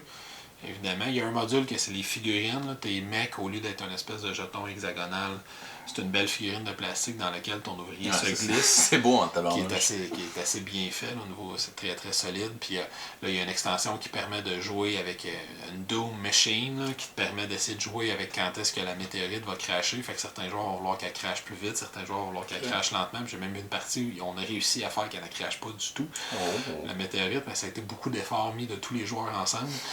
Il y a une autre extension que tu peux aller explorer au-delà de la capitale, puis partir en mec, puis faire des aventures, puis tu révèles des cartes aventures qui te donnent différents bonus, mais il faut que tu sacrifies des ressources pour y aller. Il y a un paquet de modules, parce que c'est Mindclash Games, la même compagnie qui a fait Tricarion, que j'ai nommé. Il y a tout le temps des modules dans leur jeu. Qui fait Cerebria, que je vais recevoir un jour, qui semble être un très bon jeu. Ben, eux autres, ils ont tendance à mettre beaucoup de modules différents, puis tu décides avec quel module tu vas jouer. C'est cool pour des extensions comme concept. Ben, tu sais, juste le fait, il y a un des modules qui fait que l'ordre dans lequel tu renvoies tes trucs dans le temps quand tu te rembourses tes emprunts du futur a de l'importance. Fait que tu vas essayer d'attendre que tel joueur fasse le premier renvoi parce que le deuxième renvoi il est plus payant que le premier. Fait que tu vas interagir davantage avec les autres joueurs. Fait qu'ils ont plein de modules comme ça pour rajouter des couches à un jeu qui avait besoin qu'on en rajoute. Mais c'est un excellent jeu euro qui, selon moi, la principale qualité que ça prend un bon jeu d'ouvrier euro, c'est-à-dire que la mécanique de base est simple, sais, ça prend pas tant de temps que ça expliquer le fonctionnement du jeu. Ça prend beaucoup de temps à expliquer comment tu peux marquer tes points. Fait que c'est un jeu avec une mécanique de base qui est relativement simple. C'est un placement d'ouvrier. Beaucoup d'options. Fait que soit tu vas à la ville centrale, il faut que tu prennes un mec puis tu y vas, soit tu vas dans ton plateau, tu n'as pas besoin de prendre un mec puis tu y vas. L'iconographie, comme tous les jeux de Mind Clash, est comme pas super évidente à maîtriser, mais une fois que c'est un peu comme tes maths au secondaire, là, tu comprends rien, puis à un moment donné, tu as comme un déclic, tu fais ah ok, c'est de même, ça marche, puis là c'est correct après. En tout cas pour moi. Ouais, non, pas pour moi. Fait que c'est une iconographie qui est pas super simple d'approche, mais une fois que tu la maîtrises, tout le jeu devient beaucoup plus simple. Fait que mécanique de base simple, mais beaucoup de possibilités qui rendent le jeu complexe. Puis, fait que je ne sais quoi dire d'autre à part que c'est un excellent jeu que je le recommande à tous ceux qui aiment les mécaniques euro anachroniques. Meilleur jeu de tous les temps, selon moi. Wow! Je m'attendais à ce qu'il soit bas dans ton top 10, mais que ça soit rendu ton numéro 1. Ouais, vraiment, à chaque fois ben, que je c'est joue, cool. il a monté une coupe de rang. À chaque fois que j'ai joué, je voulais plus monter. Mais pas juste descendre. Non, Ça mais dépend, c'est ça. mais très très bon jeu. Moi, mon numéro 1, ça fait quand même longtemps que c'est mon numéro 1. J'en ai parlé des tonnes de fois aussi de ce jeu-là. Ça sera pas une surprise pour grand monde. C'est un deck building. Avec un On plateau. finit en beauté avec un plateau puis un dragon. Fait que, Qui fait du bruit. non, c'est nous autres qui font du bruit. Donc c'est Clank, les aventuriers du deck building en français. C'est beau, hein? Ah ouais, c'est un beau nom. C'est un clin d'œil aux aventuriers du rail, peut-être, je sais pas. Donc, Clank, on va commencer avec un deck de base. On va avoir 3 ressources dans ce jeu-là, ce qui est particulier. Donc, on a une ressource, évidemment, pour acheter des cartes, pour améliorer notre deck. On a une ressource pour attaquer des monstres, soit des monstres qui sont dans le marché ou des monstres qui sont sur le plateau. Et on va avoir une 3e ressource qui est le déplacement. Donc on va pouvoir déplacer notre petit jeton sur le plateau. Et notre plateau, c'est un donjon en fait qu'on va explorer pour ramasser différentes affaires, essayer de ramasser de l'argent, des points en fait, des trucs qui valent des points. De l'argent aussi qu'on peut acheter des objets dans un marché. Et le but, c'est d'aller explorer les profondeurs du donjon où dort un dragon. Et on va devoir aller voler un artefact à ce dragon-là. Évidemment, les artefacts valent beaucoup de points, mais à chaque fois qu'on va se promener dans le donjon, on a des chances de faire du bruit. Parce qu'on va avoir des cartes qui ont comme effet de jeu Clank. Puis à chaque fois qu'il y a une carte qui a un effet de jeu Clank, on va aller mettre un de nos cubes de notre couleur dans la zone de Clank. Et on va avoir des effets de jeu que à chaque fois qu'on va remplacer une carte du marché, en fait, à la fin d'un tour, on remplit le marché. Et il y a des cartes qui ont le symbole du dragon. Et là, quand on rencontre le symbole du dragon, c'est que le dragon se réveille, puis là, il entend du bruit, il n'est pas content, et il va attaquer, il va lancer des flammes à l'intérieur du donjon. Donc, on va prendre les cubes qui sont dans la zone de Clank, on va les mélanger dans un sac où il y a aussi des cubes noirs neutres. Et après ça, selon l'échelle de colère du dragon, on va piocher un certain nombre de cubes et ces cubes-là, ça va être comme nos points de vie, des points de dégâts en fait qu'on va recevoir si c'est des cubes de notre couleur qui sortent. Fait que on a un aspect pousser sa chance là, assez ultime dans le jeu-là. Puis je trouve que c'est ce qui rajoute le thrill au jeu, là, l'espèce de pousser ta chance de ok, je vais aller chercher des cartes qui sont quand même fortes mais qui font quand même beaucoup de bruit, mais je vais essayer d'aller chercher l'artefact vite, de ressortir vite, mais là je vais générer beaucoup de Clank. De rien, dès qu'il y en a un qui sort du donjon aussi, ça déclenche. Il y a comme un timer qui se met à la fin de la partie. Là. Fait que, il y a un intérêt à vouloir faire ça rapidement. Mais en même temps, si je sors rapidement, c'est quand même celui qui fait le plus de points qui va gagner. Fait qu'il faut que je m'assure de sortir au bon moment. Si je vais trop vite et que j'ai pas de points, ça donne rien, je gagnerai pas. Anyway. Donc c'est vraiment bien balancé pour ça. J'ai toujours eu du plaisir à jouer, une espèce de thrill dans ce jeu-là. Puis généralement, on dirait que je pousse plus ma chance dans ce jeu-là que dans d'autres jeux, généralement. Ouais. Je sais pas pourquoi, on dirait que c'est plus excitant dans ce jeu-là. C'est vraiment mieux intégré, puis je trouve que ça fit avec le thème du jeu. Fait que c'est vraiment thrillant à chaque fois que je joue. Ils ont sorti à date 3 extensions pour Clank. Et chaque extension rajoute des plateaux aussi qui sont recto-verso. Fait qu'on Ils ont sorti une version différents donjons. différente. Ils ont sorti un spin-off qui est Clank in Space. Là, ceux qui aiment plus la thématique science-fiction. C'est 90% le même jeu. On a quelques nouvelles règles, des téléportations. Le plateau est modulable, tout ça. Il y a 2-3 petites affaires, des chasseurs de primes. Puis ils ont sorti une extension pour Clank in Space justement dernièrement. Mais que vous jouez à Clank ou Clank in Space, pour moi c'est le même jeu. Puis je suis toujours content de voir ce qu'ils vont amener dans ce jeu-là. Je l'adore ce jeu-là. C'est pas un jeu super complexe, C'est un jeu quand même Non, accessible. il est assez simple. Ça peut être familial. Il est sorti en français même. Donc, vous pourriez l'acheter en français si vous voulez initier vos enfants à jouer en famille. Ça joue à peu près avec n'importe quel type de joueur. Pourquoi j'aime ce jeu-là tant que ça? Souvent, c'est le feeling. Il mélange une mécanique de déplacement sur plateau, de deck building, de prise de risque, là, de push your luck. C'est des mécaniques qui sont rarement toutes mélangées ensemble. Ouais, ça fait un beau mélange, ça fait un bel effet. Donc, pour moi, mon meilleur jeu de tous les temps, c'est Clank, les aventuriers du deck building. Wow! Fini! C'est ce qui met fin à notre top 100 de tous les temps. On aimerait ça savoir, premièrement, qui a raison entre nous deux. Vous pouvez nous laisser ça dans les commentaires. Fait que c'est Clank versus Anachronie. C'est vraiment deux jeux du même genre. Ah ouais, pas vraiment. Deux jeux du même genre, même niveau de lourdeur. Mais ce qui nous intéresse à savoir vraiment, là, c'est quoi votre top 10, mettons. Ouais. Écrivez votre top 10 là, en commentaire. On aimerait ça savoir c'est quoi vos 10 meilleurs jeux de tous les temps dans l'ordre. 10 Wow. à 1, comme on vient de vous le faire dans ce segment-là. Ouais. Ça, on est vraiment curieux de lire ça. Ouais. Donc, merci d'avoir écouté. Peut-être que vous avez écouté juste ce segment-là ou peut-être toutes les 9 autres aussi. Ça a été un bel exercice, je trouve, à faire. Comment tu as trouvé ça? J'ai trouvé ça, ça a été pas si évident que ça à faire, mais de rien, mettre une liste des 100 meilleurs jeux. Ah, puis tu sais, c'est J'aurais surtout pensé que ça aurait été plus facile dans c'est tous des styles différents. Tu sais, autant il y a des jeux de party, des gros jeux euros, des gros jeux américains. C'est vraiment tout mélangé. C'est dur des fois de comparer deux jeux qui sont totalement différents. Là. J'ai réalisé que j'aimais beaucoup les gros jeux euro. J'en ai comme Ou les deck building. Ou les deck building co-op, ça je le savais, même si c'est pas co-op, je pense que j'en ai 3-4 par tranche de 10. C'est incroyable. As-tu eu des grosses surprises? Sight? Sight, 14. Anachronie, je pensais peut-être pas qu'il était rendu numéro 1, mais ouais, ça a été. À chaque fois que j'ai joué, comme j'ai dit tantôt, il gagnait des crans. Quelques rangs. J'ai joué, c'est pas un jeu que j'ai joué tant que ça jusqu'à date, j'ai joué 7-8 fois. Mais quand même, pour un gros jeu de même, jouer 7 fois, c'est quand même pas pire. Mais c'est un. Ouais, il va être là longtemps d'après. Puis toi dans le mien? Dans les derniers que t'as fait, Clank, je savais, Rebellion, je savais, Imperial Assault, je savais, Exit, haut comme ça, Ouais. Codenames peut-être. Ouais, Je savais que 18, t'aimais je ça. pense qu'on a. Tu sais, je savais que t'aimais ça, Codenames, c'est un très bon jeu, mais Top si 20. haut que ça. Puis dans ton 10, il y en avait un, 8-9e, c'est quoi que t'avais, non? 8-9. Ah, Imperial Settlers. Imperial Settlers, ouais. celui-là, il m'a surpris. Ouais, Celui-là, il ouais. m'a surpris. Ok. C'est un bon jeu, là. Moi, je connais 50 First State. Ouais. C'est un bon jeu, mais 8-9e, là. 9e, je pense, le mieux.